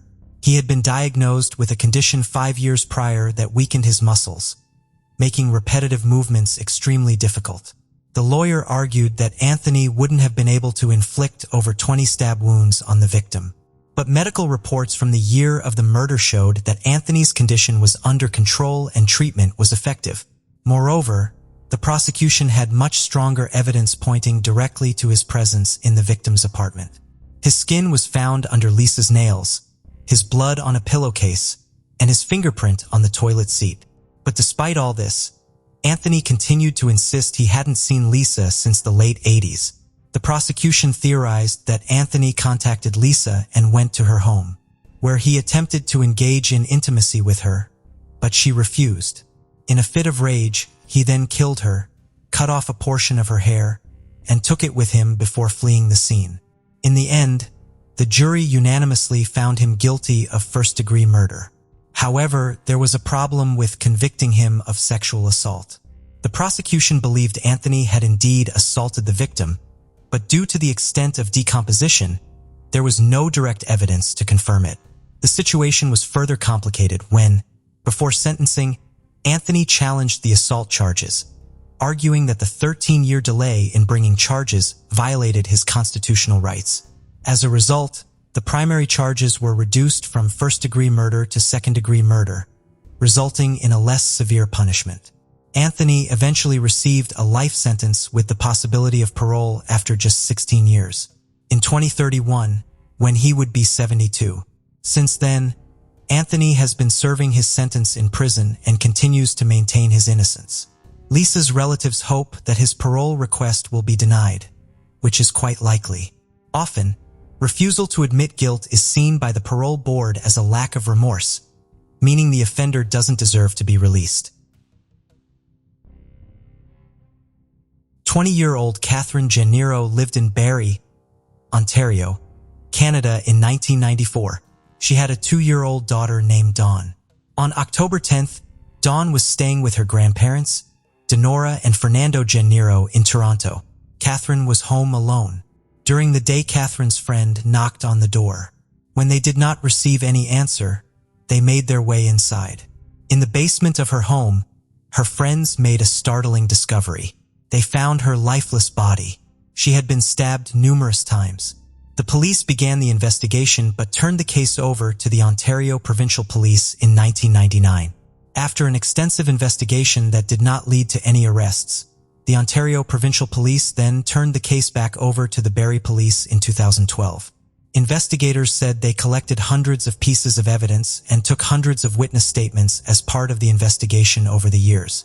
It is important that every piece of information received is always closely examined. You never know which one holds the key detail you are searching for. Lead your team ultimately to the arrest of the person responsible, said case manager Detective Kevin Scales. In 2014, investigators announced that they had 2 men under surveillance who they believed had a connection to Catherine's case. Catherine's daughter Dawn also spoke at the press conference. She told the media how she first learned that her mother's life was taken. The episode was a reenactment of a young woman being stabbed in her apartment. As young as I was, I still remember being terrified and sad for this woman and sad for her family. Moments later, a picture of the real victim holding her child was put on the screen, and I realized at that moment that was my mother. I knew because it was the same picture that's in my living room to this day. I've never been able to get rid of the hurt and confusion that flooded my mind that 7 years later, in January of 2021, detectives arrested 58-year-old Robert Bruce McQueen in connection to the case. Peter Leon, Barrie Police spokesperson, said he was arrested yesterday morning without incident, operating a motor vehicle in the south end of the city of Barrie. I think he was surprised, as you can appreciate 26 years had passed. That's a lot of looking over your shoulder, wondering if today is the day. Well, yesterday was the day, Leon said of the arrest. Dawn said that the arrest had brought her closure. I wish my grandparents, Denora and Fernando De Niro, were alive to see this day. It has been revealed that Catherine and Robert knew each other, but the police did not elaborate further. They also didn't give a lot of information as to what led to the arrest of Robert, just that the arrest came following a tip they received in 2019. On January 21st, Robert made a brief appearance in a Barrie courtroom. He also faced his charges of driving while disqualified in August 2020. Not much is known about Robert, just that he lived and buried most of his life, worked in construction and other odd jobs, and was crazy over shows like CSI and Law and Order. Investigators are also looking into the possibility that Robert was involved in other crimes. In the early morning hours of October 20th, 1990, police in Mountain View, California responded to a fight. At the scene, they found 27-year-old Daryl O'Donnell suffering from a stab wound. He was immediately taken to the hospital but did not survive his injuries. Witnesses to the fight gave investigators a vague description of the suspect, but it did not lead to an arrest. At the crime scene, investigators found blood that did not belong to Daryl and most likely belonged to the man that fatally stabbed him. Recently, Sergeant Dave Fisher submitted that evidence to the county crime lab. A few weeks later, they had a name linked by DNA evidence. Officials at the Santa Clara County District Attorney's Office reviewed the case and the analysis. In late January of 2021, they signed off on closing the case. They named Sunnyvale resident John Snowgrass as the official suspect. Unfortunately, there will not be any arrests made as John passed away in 2006. Daryl's sister Lisa O'Donnell thanked Mountain View Police in a statement. "This brings a great sense of closure to me and my loved ones. It's just amazing to find out this news after so many years, and we are so thankful for answered prayers." Daryl had a God-given gift of entertaining and talking to people. She added, "He had a great sense of humor and just loved making people laugh. He just loved life and people loved being part of his life." Sergeant Dave Fisher, who had very important part to play in the case being solved, now had this to say, "It always feels like there is one more chance, one more opportunity to try and solve a case. This is what we work towards every day in this unit. It is always a small comfort to be able to go and tell a family, finally." 60-year-old Jean Tuggy lived in Pine Grove Mills, Pennsylvania in 2016. She worked at a Wegmans food market. On January 21st, Jean's body was found in her home. She had been shot twice with a 9mm pistol. It was clear that she did not take her own life. Nothing was taken from the home and no evidence was left behind. The initial investigation did not deliver any real leads that could help solve the case. Recently, investigators found out some information and they could make progress. They learned that Jean had developed a friendship with one of her coworkers, Christopher Kowalski. He became romantically interested in her. Investigators also learned that at the time her life was taken, he owned a 9mm pistol. He sold it, moved to South Carolina. Investigators located the owner of the pistol, and after examination of the weapon, it was determined that the pistol was most likely the same one used to take Jean's life. Investigators then went to South Carolina to interview Kowalski. He immediately confessed and admitted he is responsible. He was then taken to Pennsylvania to be prosecuted. It had not been revealed yet why he did what he did. Pennsylvania Attorney General Josh Shapiro had this to say, "Thanks to the diligent efforts of the lawyers, investigators, and fellow members of law enforcement who never gave up on this case. The arrest of Christopher Kowalski is the first step towards putting him behind bars. The Tuggy family has waited too long for justice, but we hope this helps them heal." Kathy Martin was born on October 25, 1959 in Houston, Texas. She grew up in a loving family and was very close to her sister. In high school, Kathy met a boy named Mike, and a few years later they got married. The couple settled in a quiet suburb of Houston, and soon after their wedding, they had a daughter. 3 years later, Kathy became pregnant again, and in early 1987 they had a son. At that time, Kathy was 27 years old. After her second child was born, she spent all her time at home taking care of the kids. Mike worked at a small sign factory owned by Kathy's father, and the family had enough money to provide for their children. Kathy's parents also helped them financially, allowing her to dedicate all her time to the kids. On March 3, 1987, Kathy was at home with her children as usual, while Mike was at work. When his shift ended, decided to meet up with some friends and headed to a bar. Mike called his wife from a payphone, but she didn't answer. This was unusual as Kathy rarely had the opportunity to leave the house, even for a few minutes. Mike tried calling her several more times, but still got no response. Worried, he called their neighbor, Tim, and asked him to check on Kathy. Tim went to their house and knocked on the door, but no one answered. Looking through the living room window, he saw that the TV was on, so he kept knocking, but there was no response. Tim started to worry that something might have happened to Kathy. Instead of going back home to call Mike or the police, he got in his car and drove around town looking for patrol officers. After driving for a few minutes, he spotted a police car and explained the situation to the officers, asking them to check on Kathy. When the police arrived at the house and got no answer to their knock, they tried the door handle and found it unlocked. Entering the house, they immediately discovered Kathy's daughter on the living room sofa. She was unconscious with visible signs of trauma, but still alive. The officers quickly called for an ambulance and continued to inspect the other rooms. In the bedroom, they found the younger child in his crib, safe and sound. But in another room, they were met with a horrifying sight. Kathy lay on the floor, covered in blood. She was naked. The police immediately determined that she was dead. Her hands were also tied with a lamp cord. The paramedics took Kathy's daughter to the hospital and the investigators began examining the crime scene. Soon after, Kathy's father arrived at the house, but the police didn't reveal all the details of what had happened.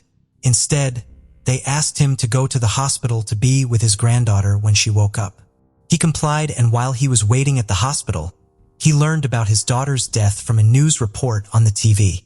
Meanwhile, Mike arrived at the house, and the police immediately noticed something strange. Besides the fact that he showed up quite late, there were several stains on his shirt that looked like blood. The police asked him to hand over his clothes and answer their questions. Meanwhile, investigators made some interesting discoveries. First, they found many blood stains in the bathroom, indicating that the perpetrator had tried to clean up the crime scene.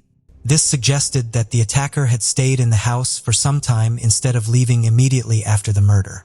Second, forensic experts found no signs of forced entry. All the windows and doors except the front door were locked.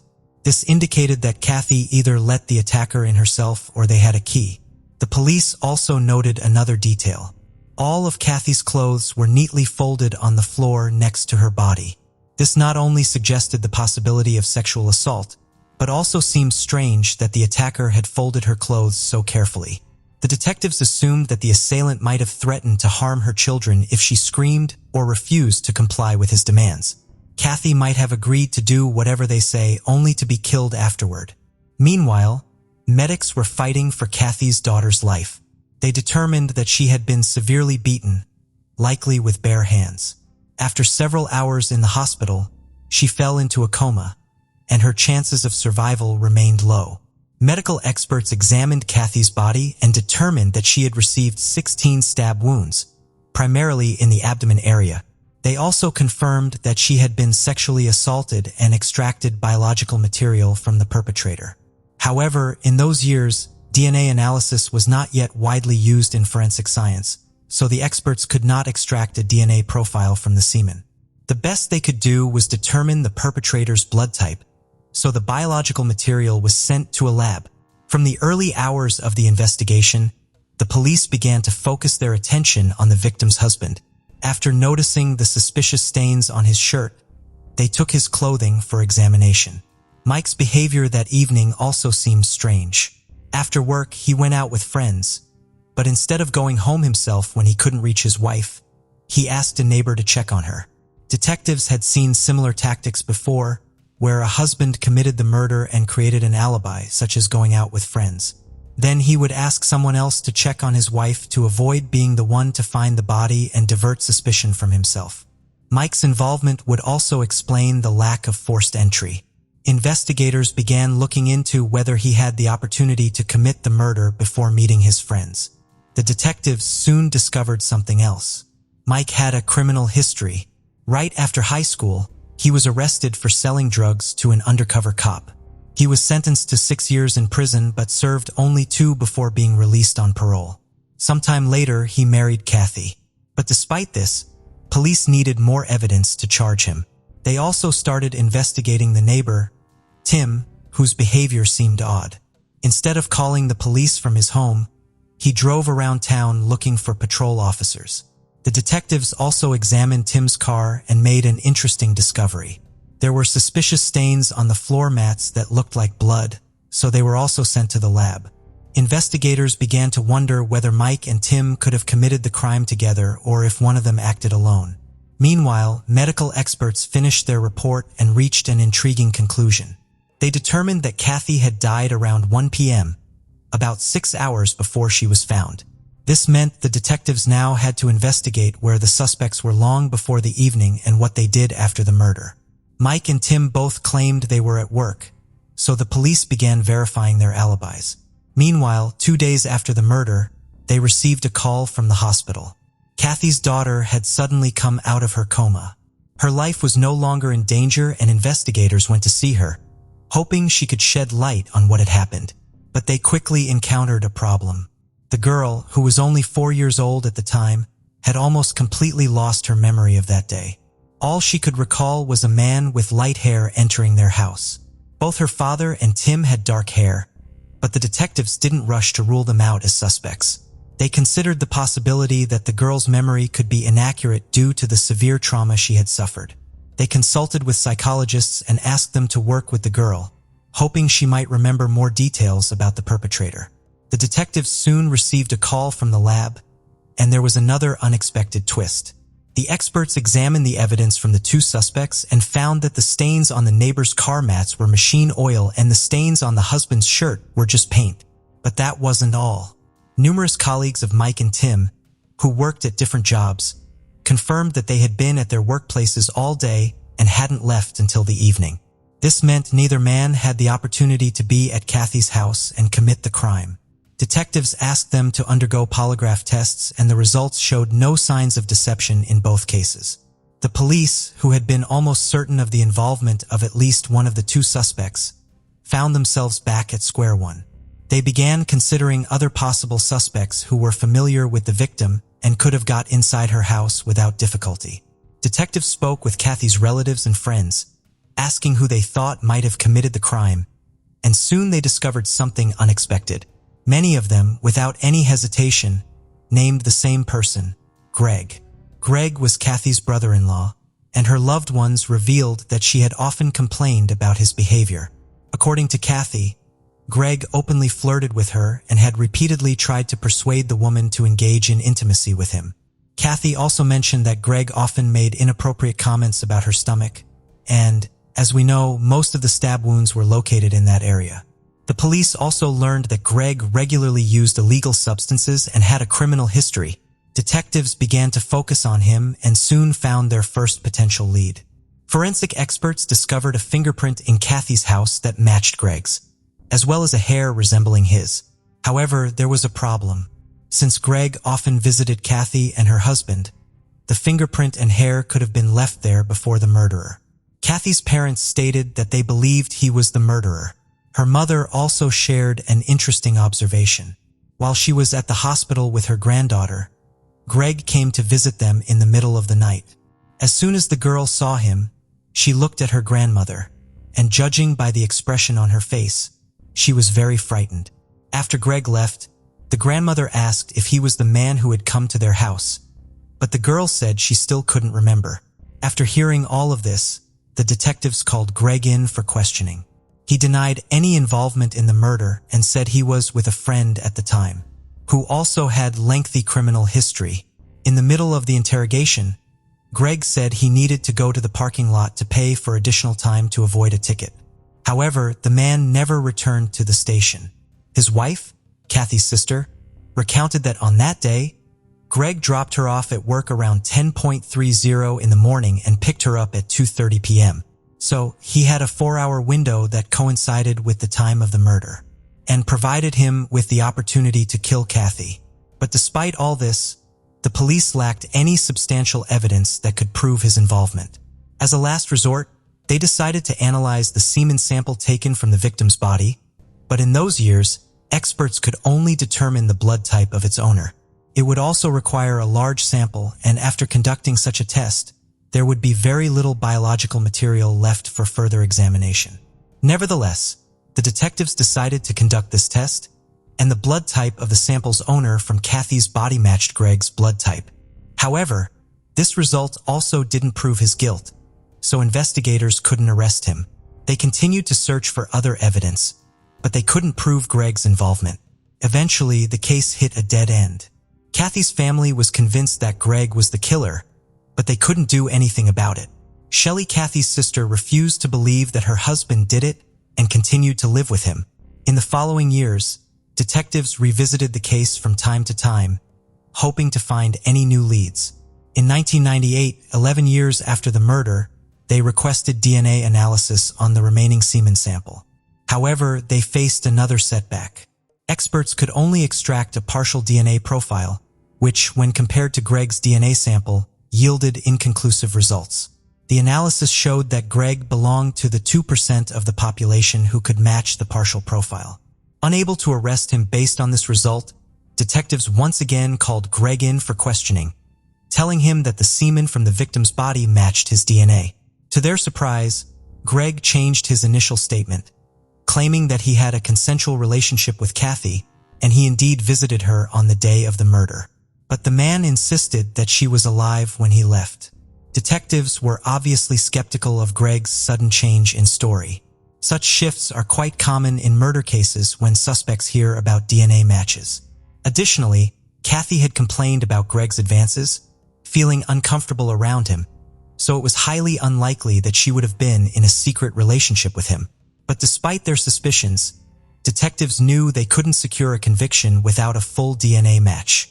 The local prosecutors reviewed the case and confirmed that obtaining a guilty verdict would be practically impossible, and the case once again went cold for several years. In 2002, detectives reopened the investigation and sought the help of forensic scientist Catherine Long, who was conducting groundbreaking DNA research at the time. She and her colleagues wanted to determine if genetic material from a perpetrator's hands could remain on the victim's body after strangulation, and if it could be extracted for analysis.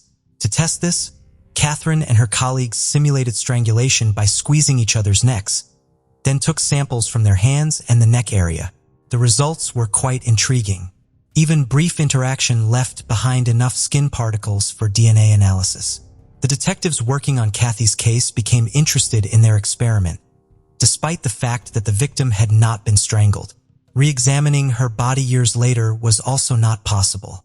Instead, they began reviewing all available evidence to see if the perpetrator could have come into contact with any other items.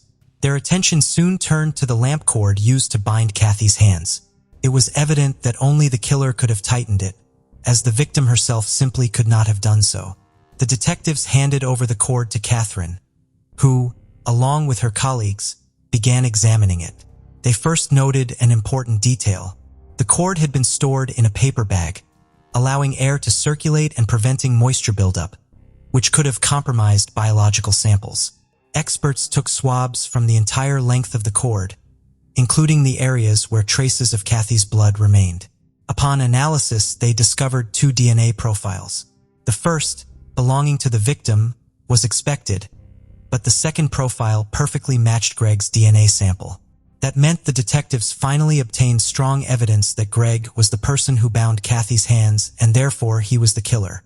Shortly thereafter, 15 years after the murder, the man was finally arrested. During interrogation, he refused to admit his guilt, insisting that he had a romantic relationship with Kathy.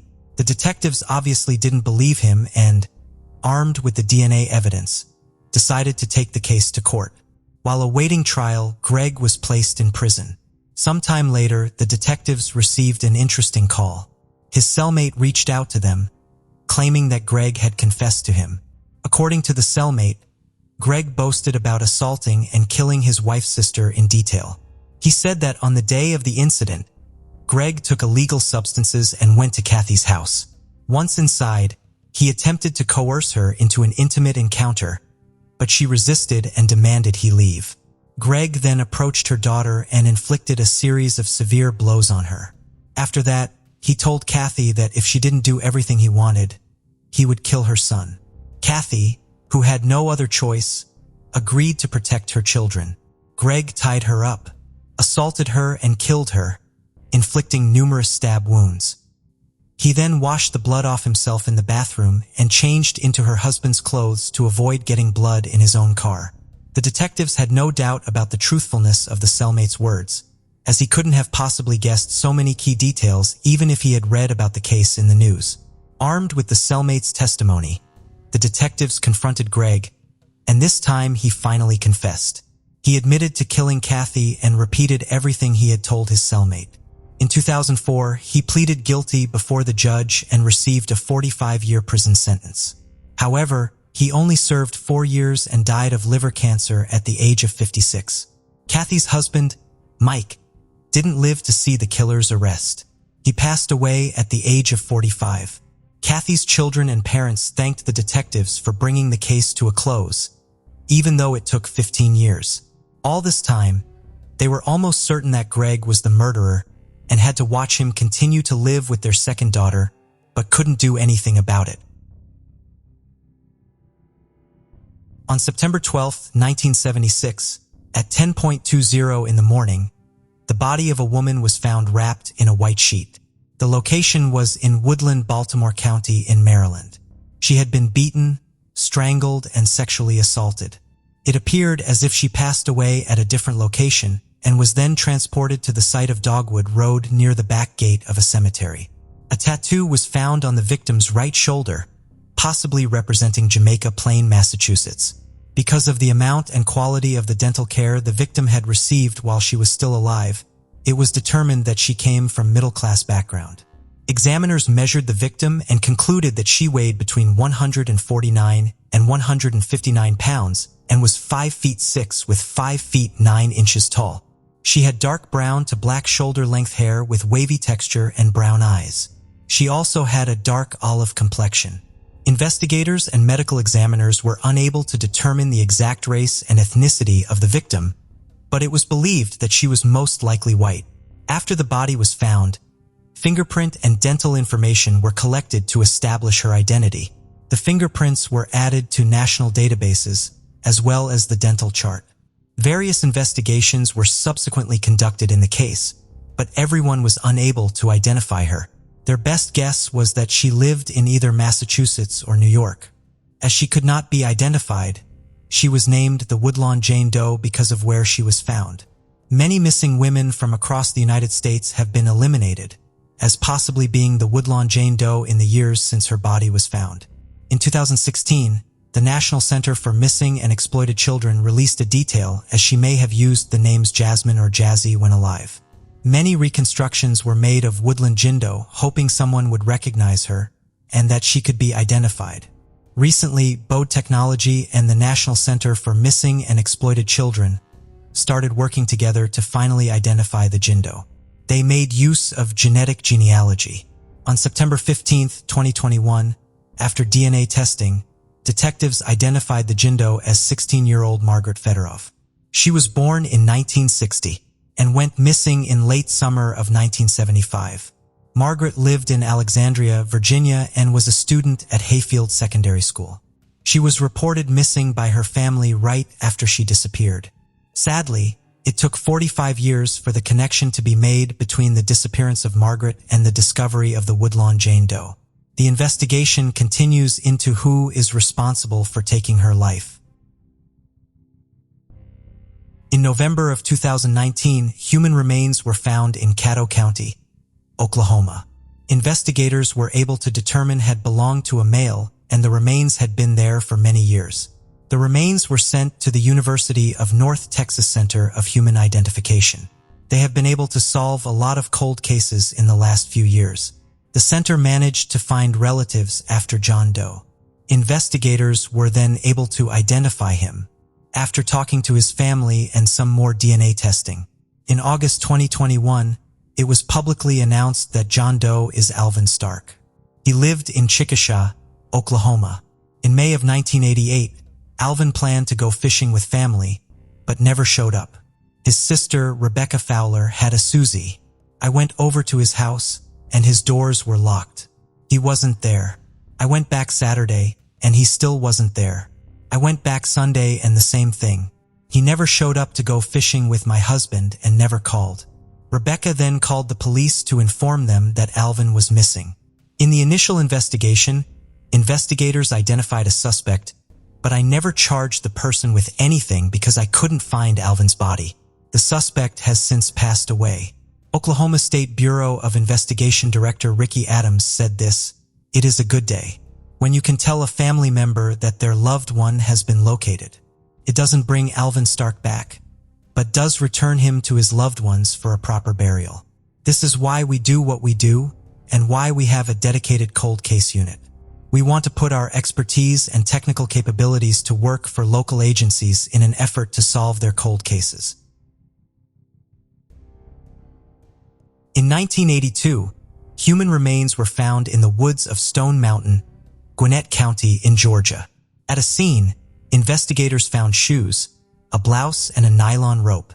It was determined that the remains belonged to a female, and it had been between 6 and 10 years since she passed away. Despite the investigators' best efforts, they were unable to identify the Jane Doe, and she remained unidentified for many years. Recently, in 2021, investigators made use of genetic genealogy to help identify her. They came across a woman by the name of Janice Adams, who they believed was the daughter of the Jane Doe. Investigators went to interview her and take another DNA sample. Finally, in September of 2021, the lab confirmed that Janice Adams is the daughter of the Jane Doe. Janice said as she last saw her mom, Marlene Standridge, when she and her sibling were just 2 years old. Marlene took her 2 children to Pittmont Park one day in the 1970s. Investigators believe she was kidnapped as Janice and her sibling were found alone in the park, and Marlene was nowhere to be found. Janice had always been told that her mom abandoned them because of her hippie lifestyle, but Janice refused to believe that. It just never sat well with me. I know moms don't do that. I just had something in the back of my mind, like something just doesn't seem right about any of that. As bad as it was to find out what happened to her, it was also closure, and I needed that. Investigators are now working on finding the person that took Marlene's life. They consider James Willie Brown as a suspect. He committed similar crimes in the 1970s. He was executed many years ago, which will make it difficult proving that he is responsible for the crime, so investigators hope that the public can help. Acacia Patience Bishop was born October 29, 2001 to Casey and Adam. On May 25, 2003, Acacia was less than 2 years old when she was at her great-grandparents' home in Salt Lake City, Utah. Her parents were at a wedding rehearsal and asked her great-grandparents to babysit. Also at her great-grandparents' home was her 38-year-old grandmother, Kelly Laudmill. Kelly had chronic severe mental illness including paranoid schizophrenia with grandiose delusions, psychosis, and bipolar disorder, a history of drug abuse and violence. However, she was in denial of her mental illnesses and failed to comply with court-ordered treatments. She had also been very possessive over Acacia, and all these things caused a strained relationship with her daughter Casey, Acacia's mother. Kelly had taken Acacia without permission in the past and hid her in a man's apartment located in the basement of an apartment where she was staying. She had told Casey that Acacia was hers and she wasn't going to give her back. So on this day in May of 2003, Kelly was on supervised visitation with Acacia at Kelly's parents' home.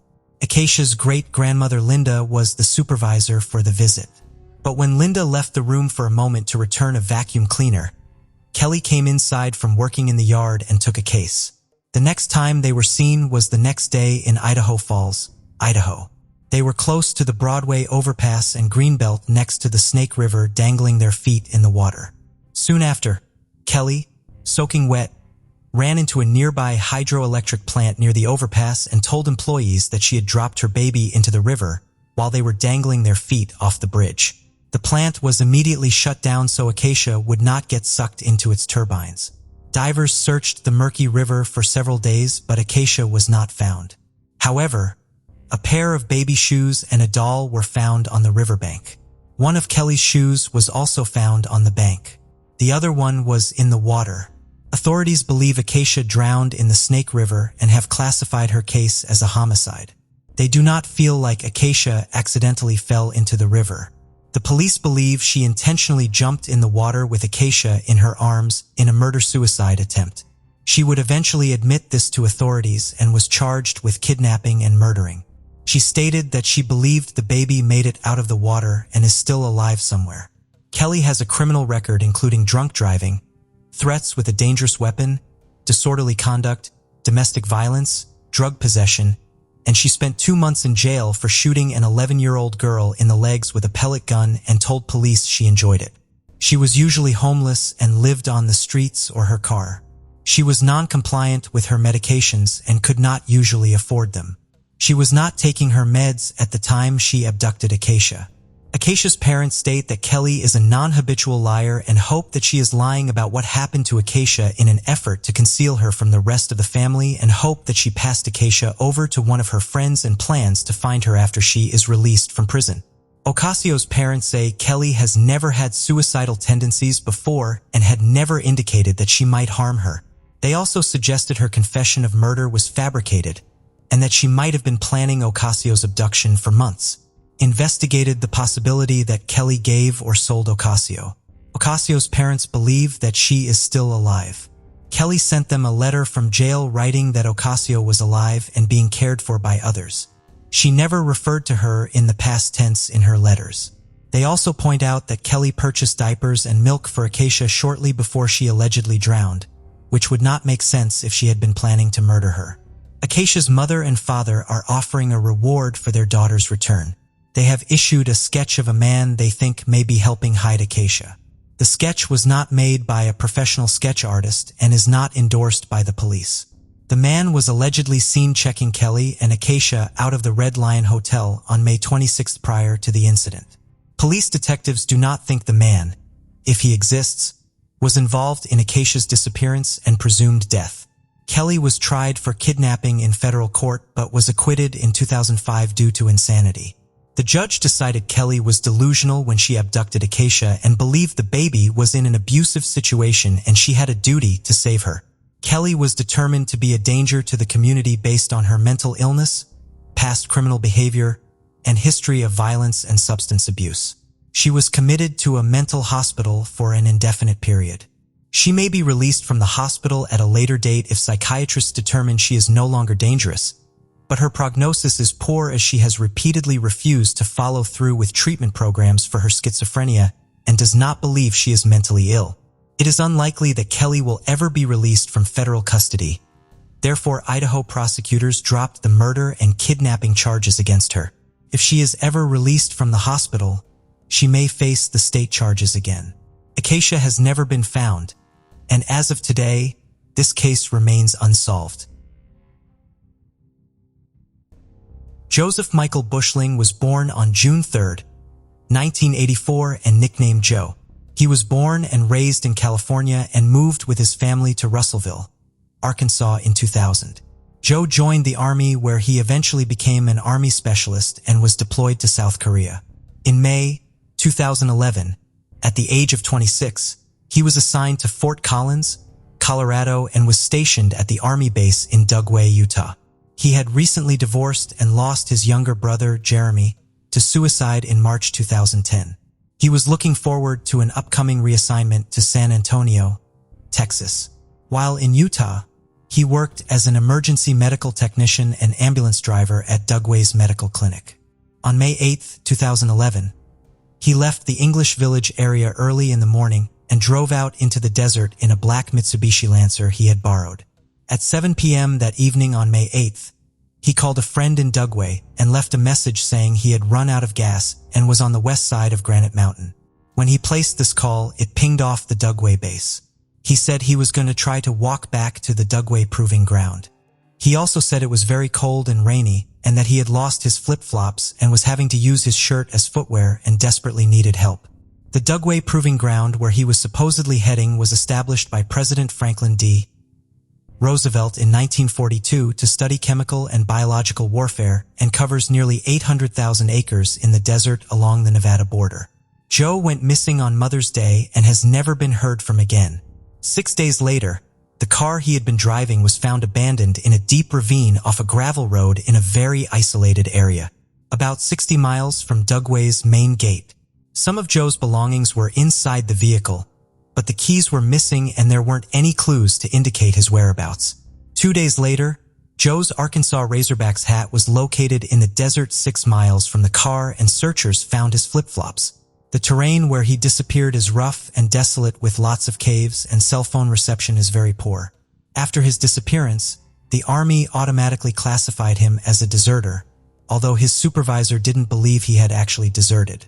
His family doesn't think he left of his own accord either. They stated he was happy in the Army and was close to his parents. He had no history of mental illness and nothing was missing from his room. Authorities have ruled out suicide and foul play as possible explanations for Joe's disappearance.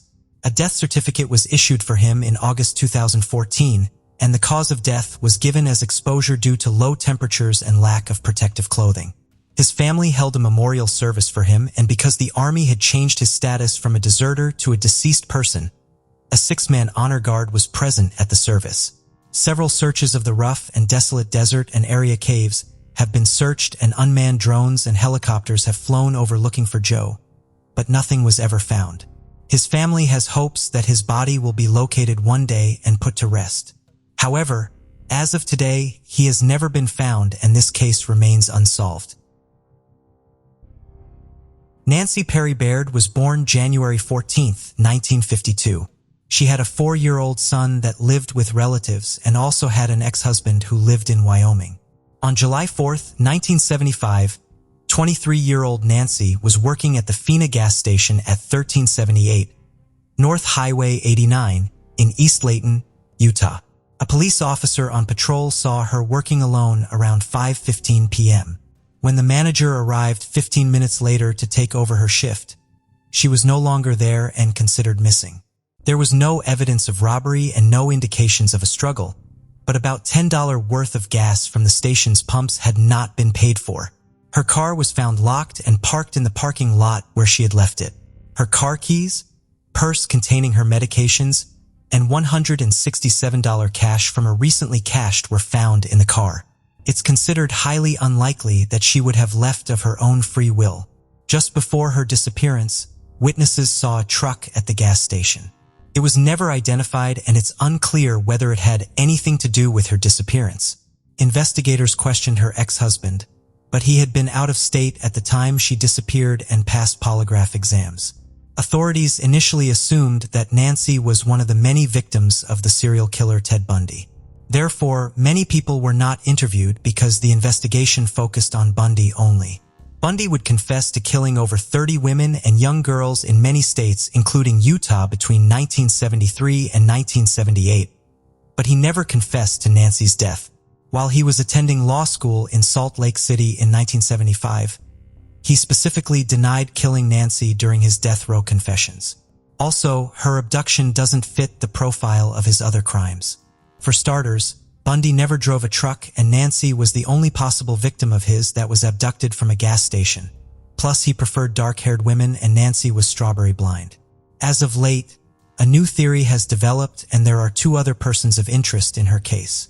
One of whom wanted to date Nancy, drove a truck, and was later imprisoned for sex offenses and other crimes. He is still currently in prison, and due to COVID-19, investigators have been unable to interview him as of March 2021. There are no details available on the other person of interest, and investigators have not released the names of the 2 men. As of today, Nancy remains missing and the case unsolved.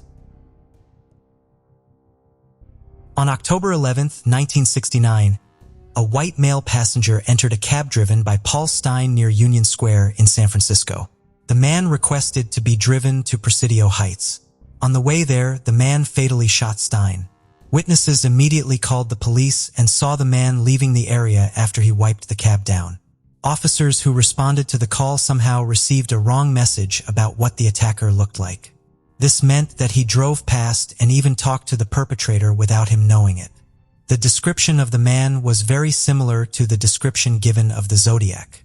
It was believed at first that it was just a robbery at an Escalated, but in 2 days after the crime, the San Francisco Chronicle received a new letter from a Zodiac where he claimed credit for ending Paul Stein's life. He sent them a torn section of Stein's shirt to prove it. As you can imagine, the case got quite a lot of media attention. Lots of documentaries have been made about it, and I'm sure all of you have heard of the case before. There have been lots of theories that there might be 2 different Zodiacs, or that the Zodiac committed a lot more crimes.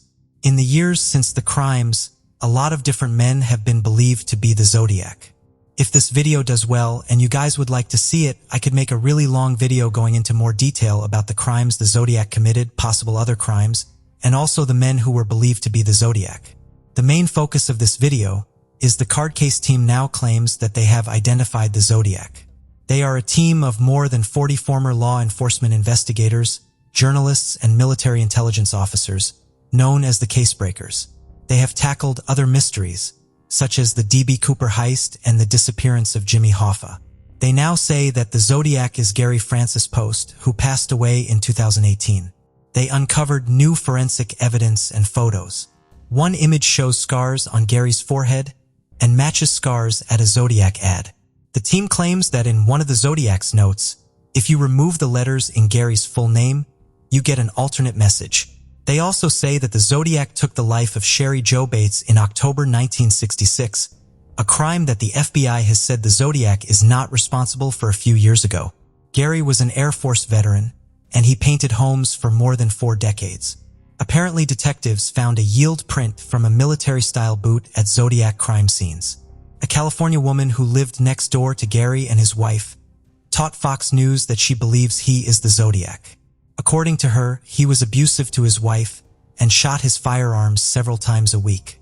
Even though you guys didn't ask for it, I will now be giving my opinion since I've heard everyone does these days. I think it is always a bit easy saying that a man who's not alive anymore committed the crimes. But on the other hand, the Zodiac is going to be in his 80s or 90s by now, so it's not too unexpected. Also, lots of different teams have claimed before that they know who the Zodiac is, but many were wrong. Harry's full name appearing in a Zodiac letter does not mean a lot in my opinion.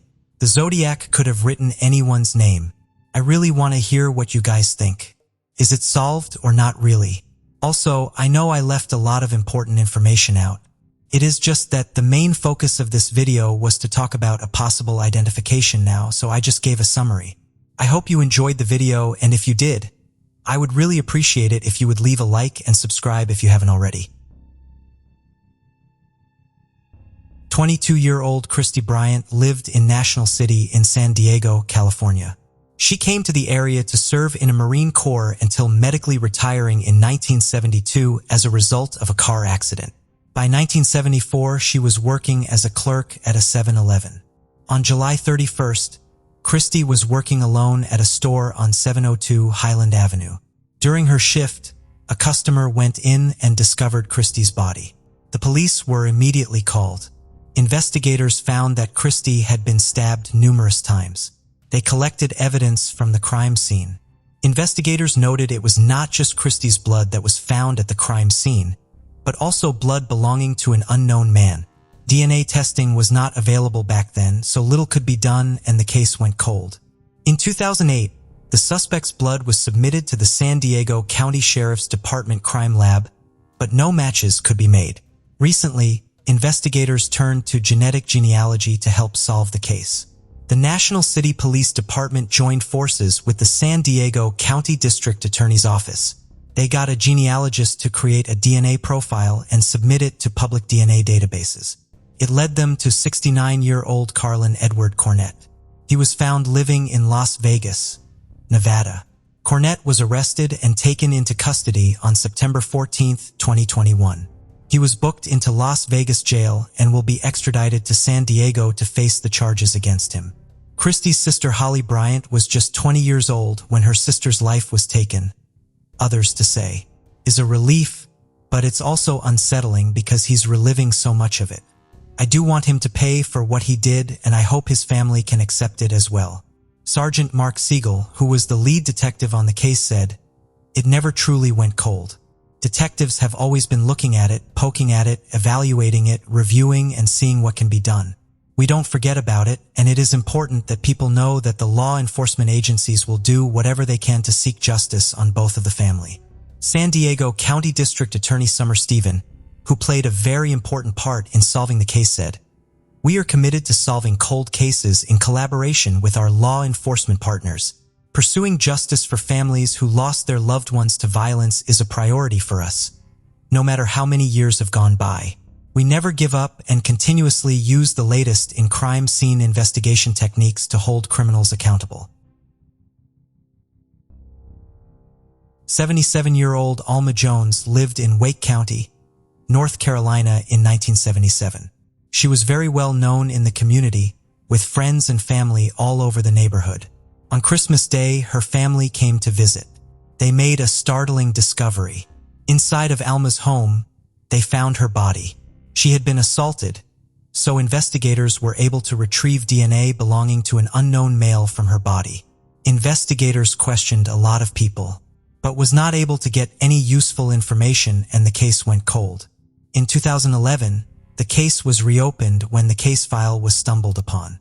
Recently, with advances in DNA technology, investigators finally made progress. Using genetic genealogy, they were able to identify Paul Crowder as the man who took Alma's life. He lived just a few houses away from her. Crowder was not a suspect in the initial investigation, but he was questioned along with almost every other man who lived in the neighborhood at the time. Crowder passed away in 2015 at the age of 72. He had previously served time for an unrelated crime in Massachusetts. Investigators found one of his living family members and collected a DNA sample from them.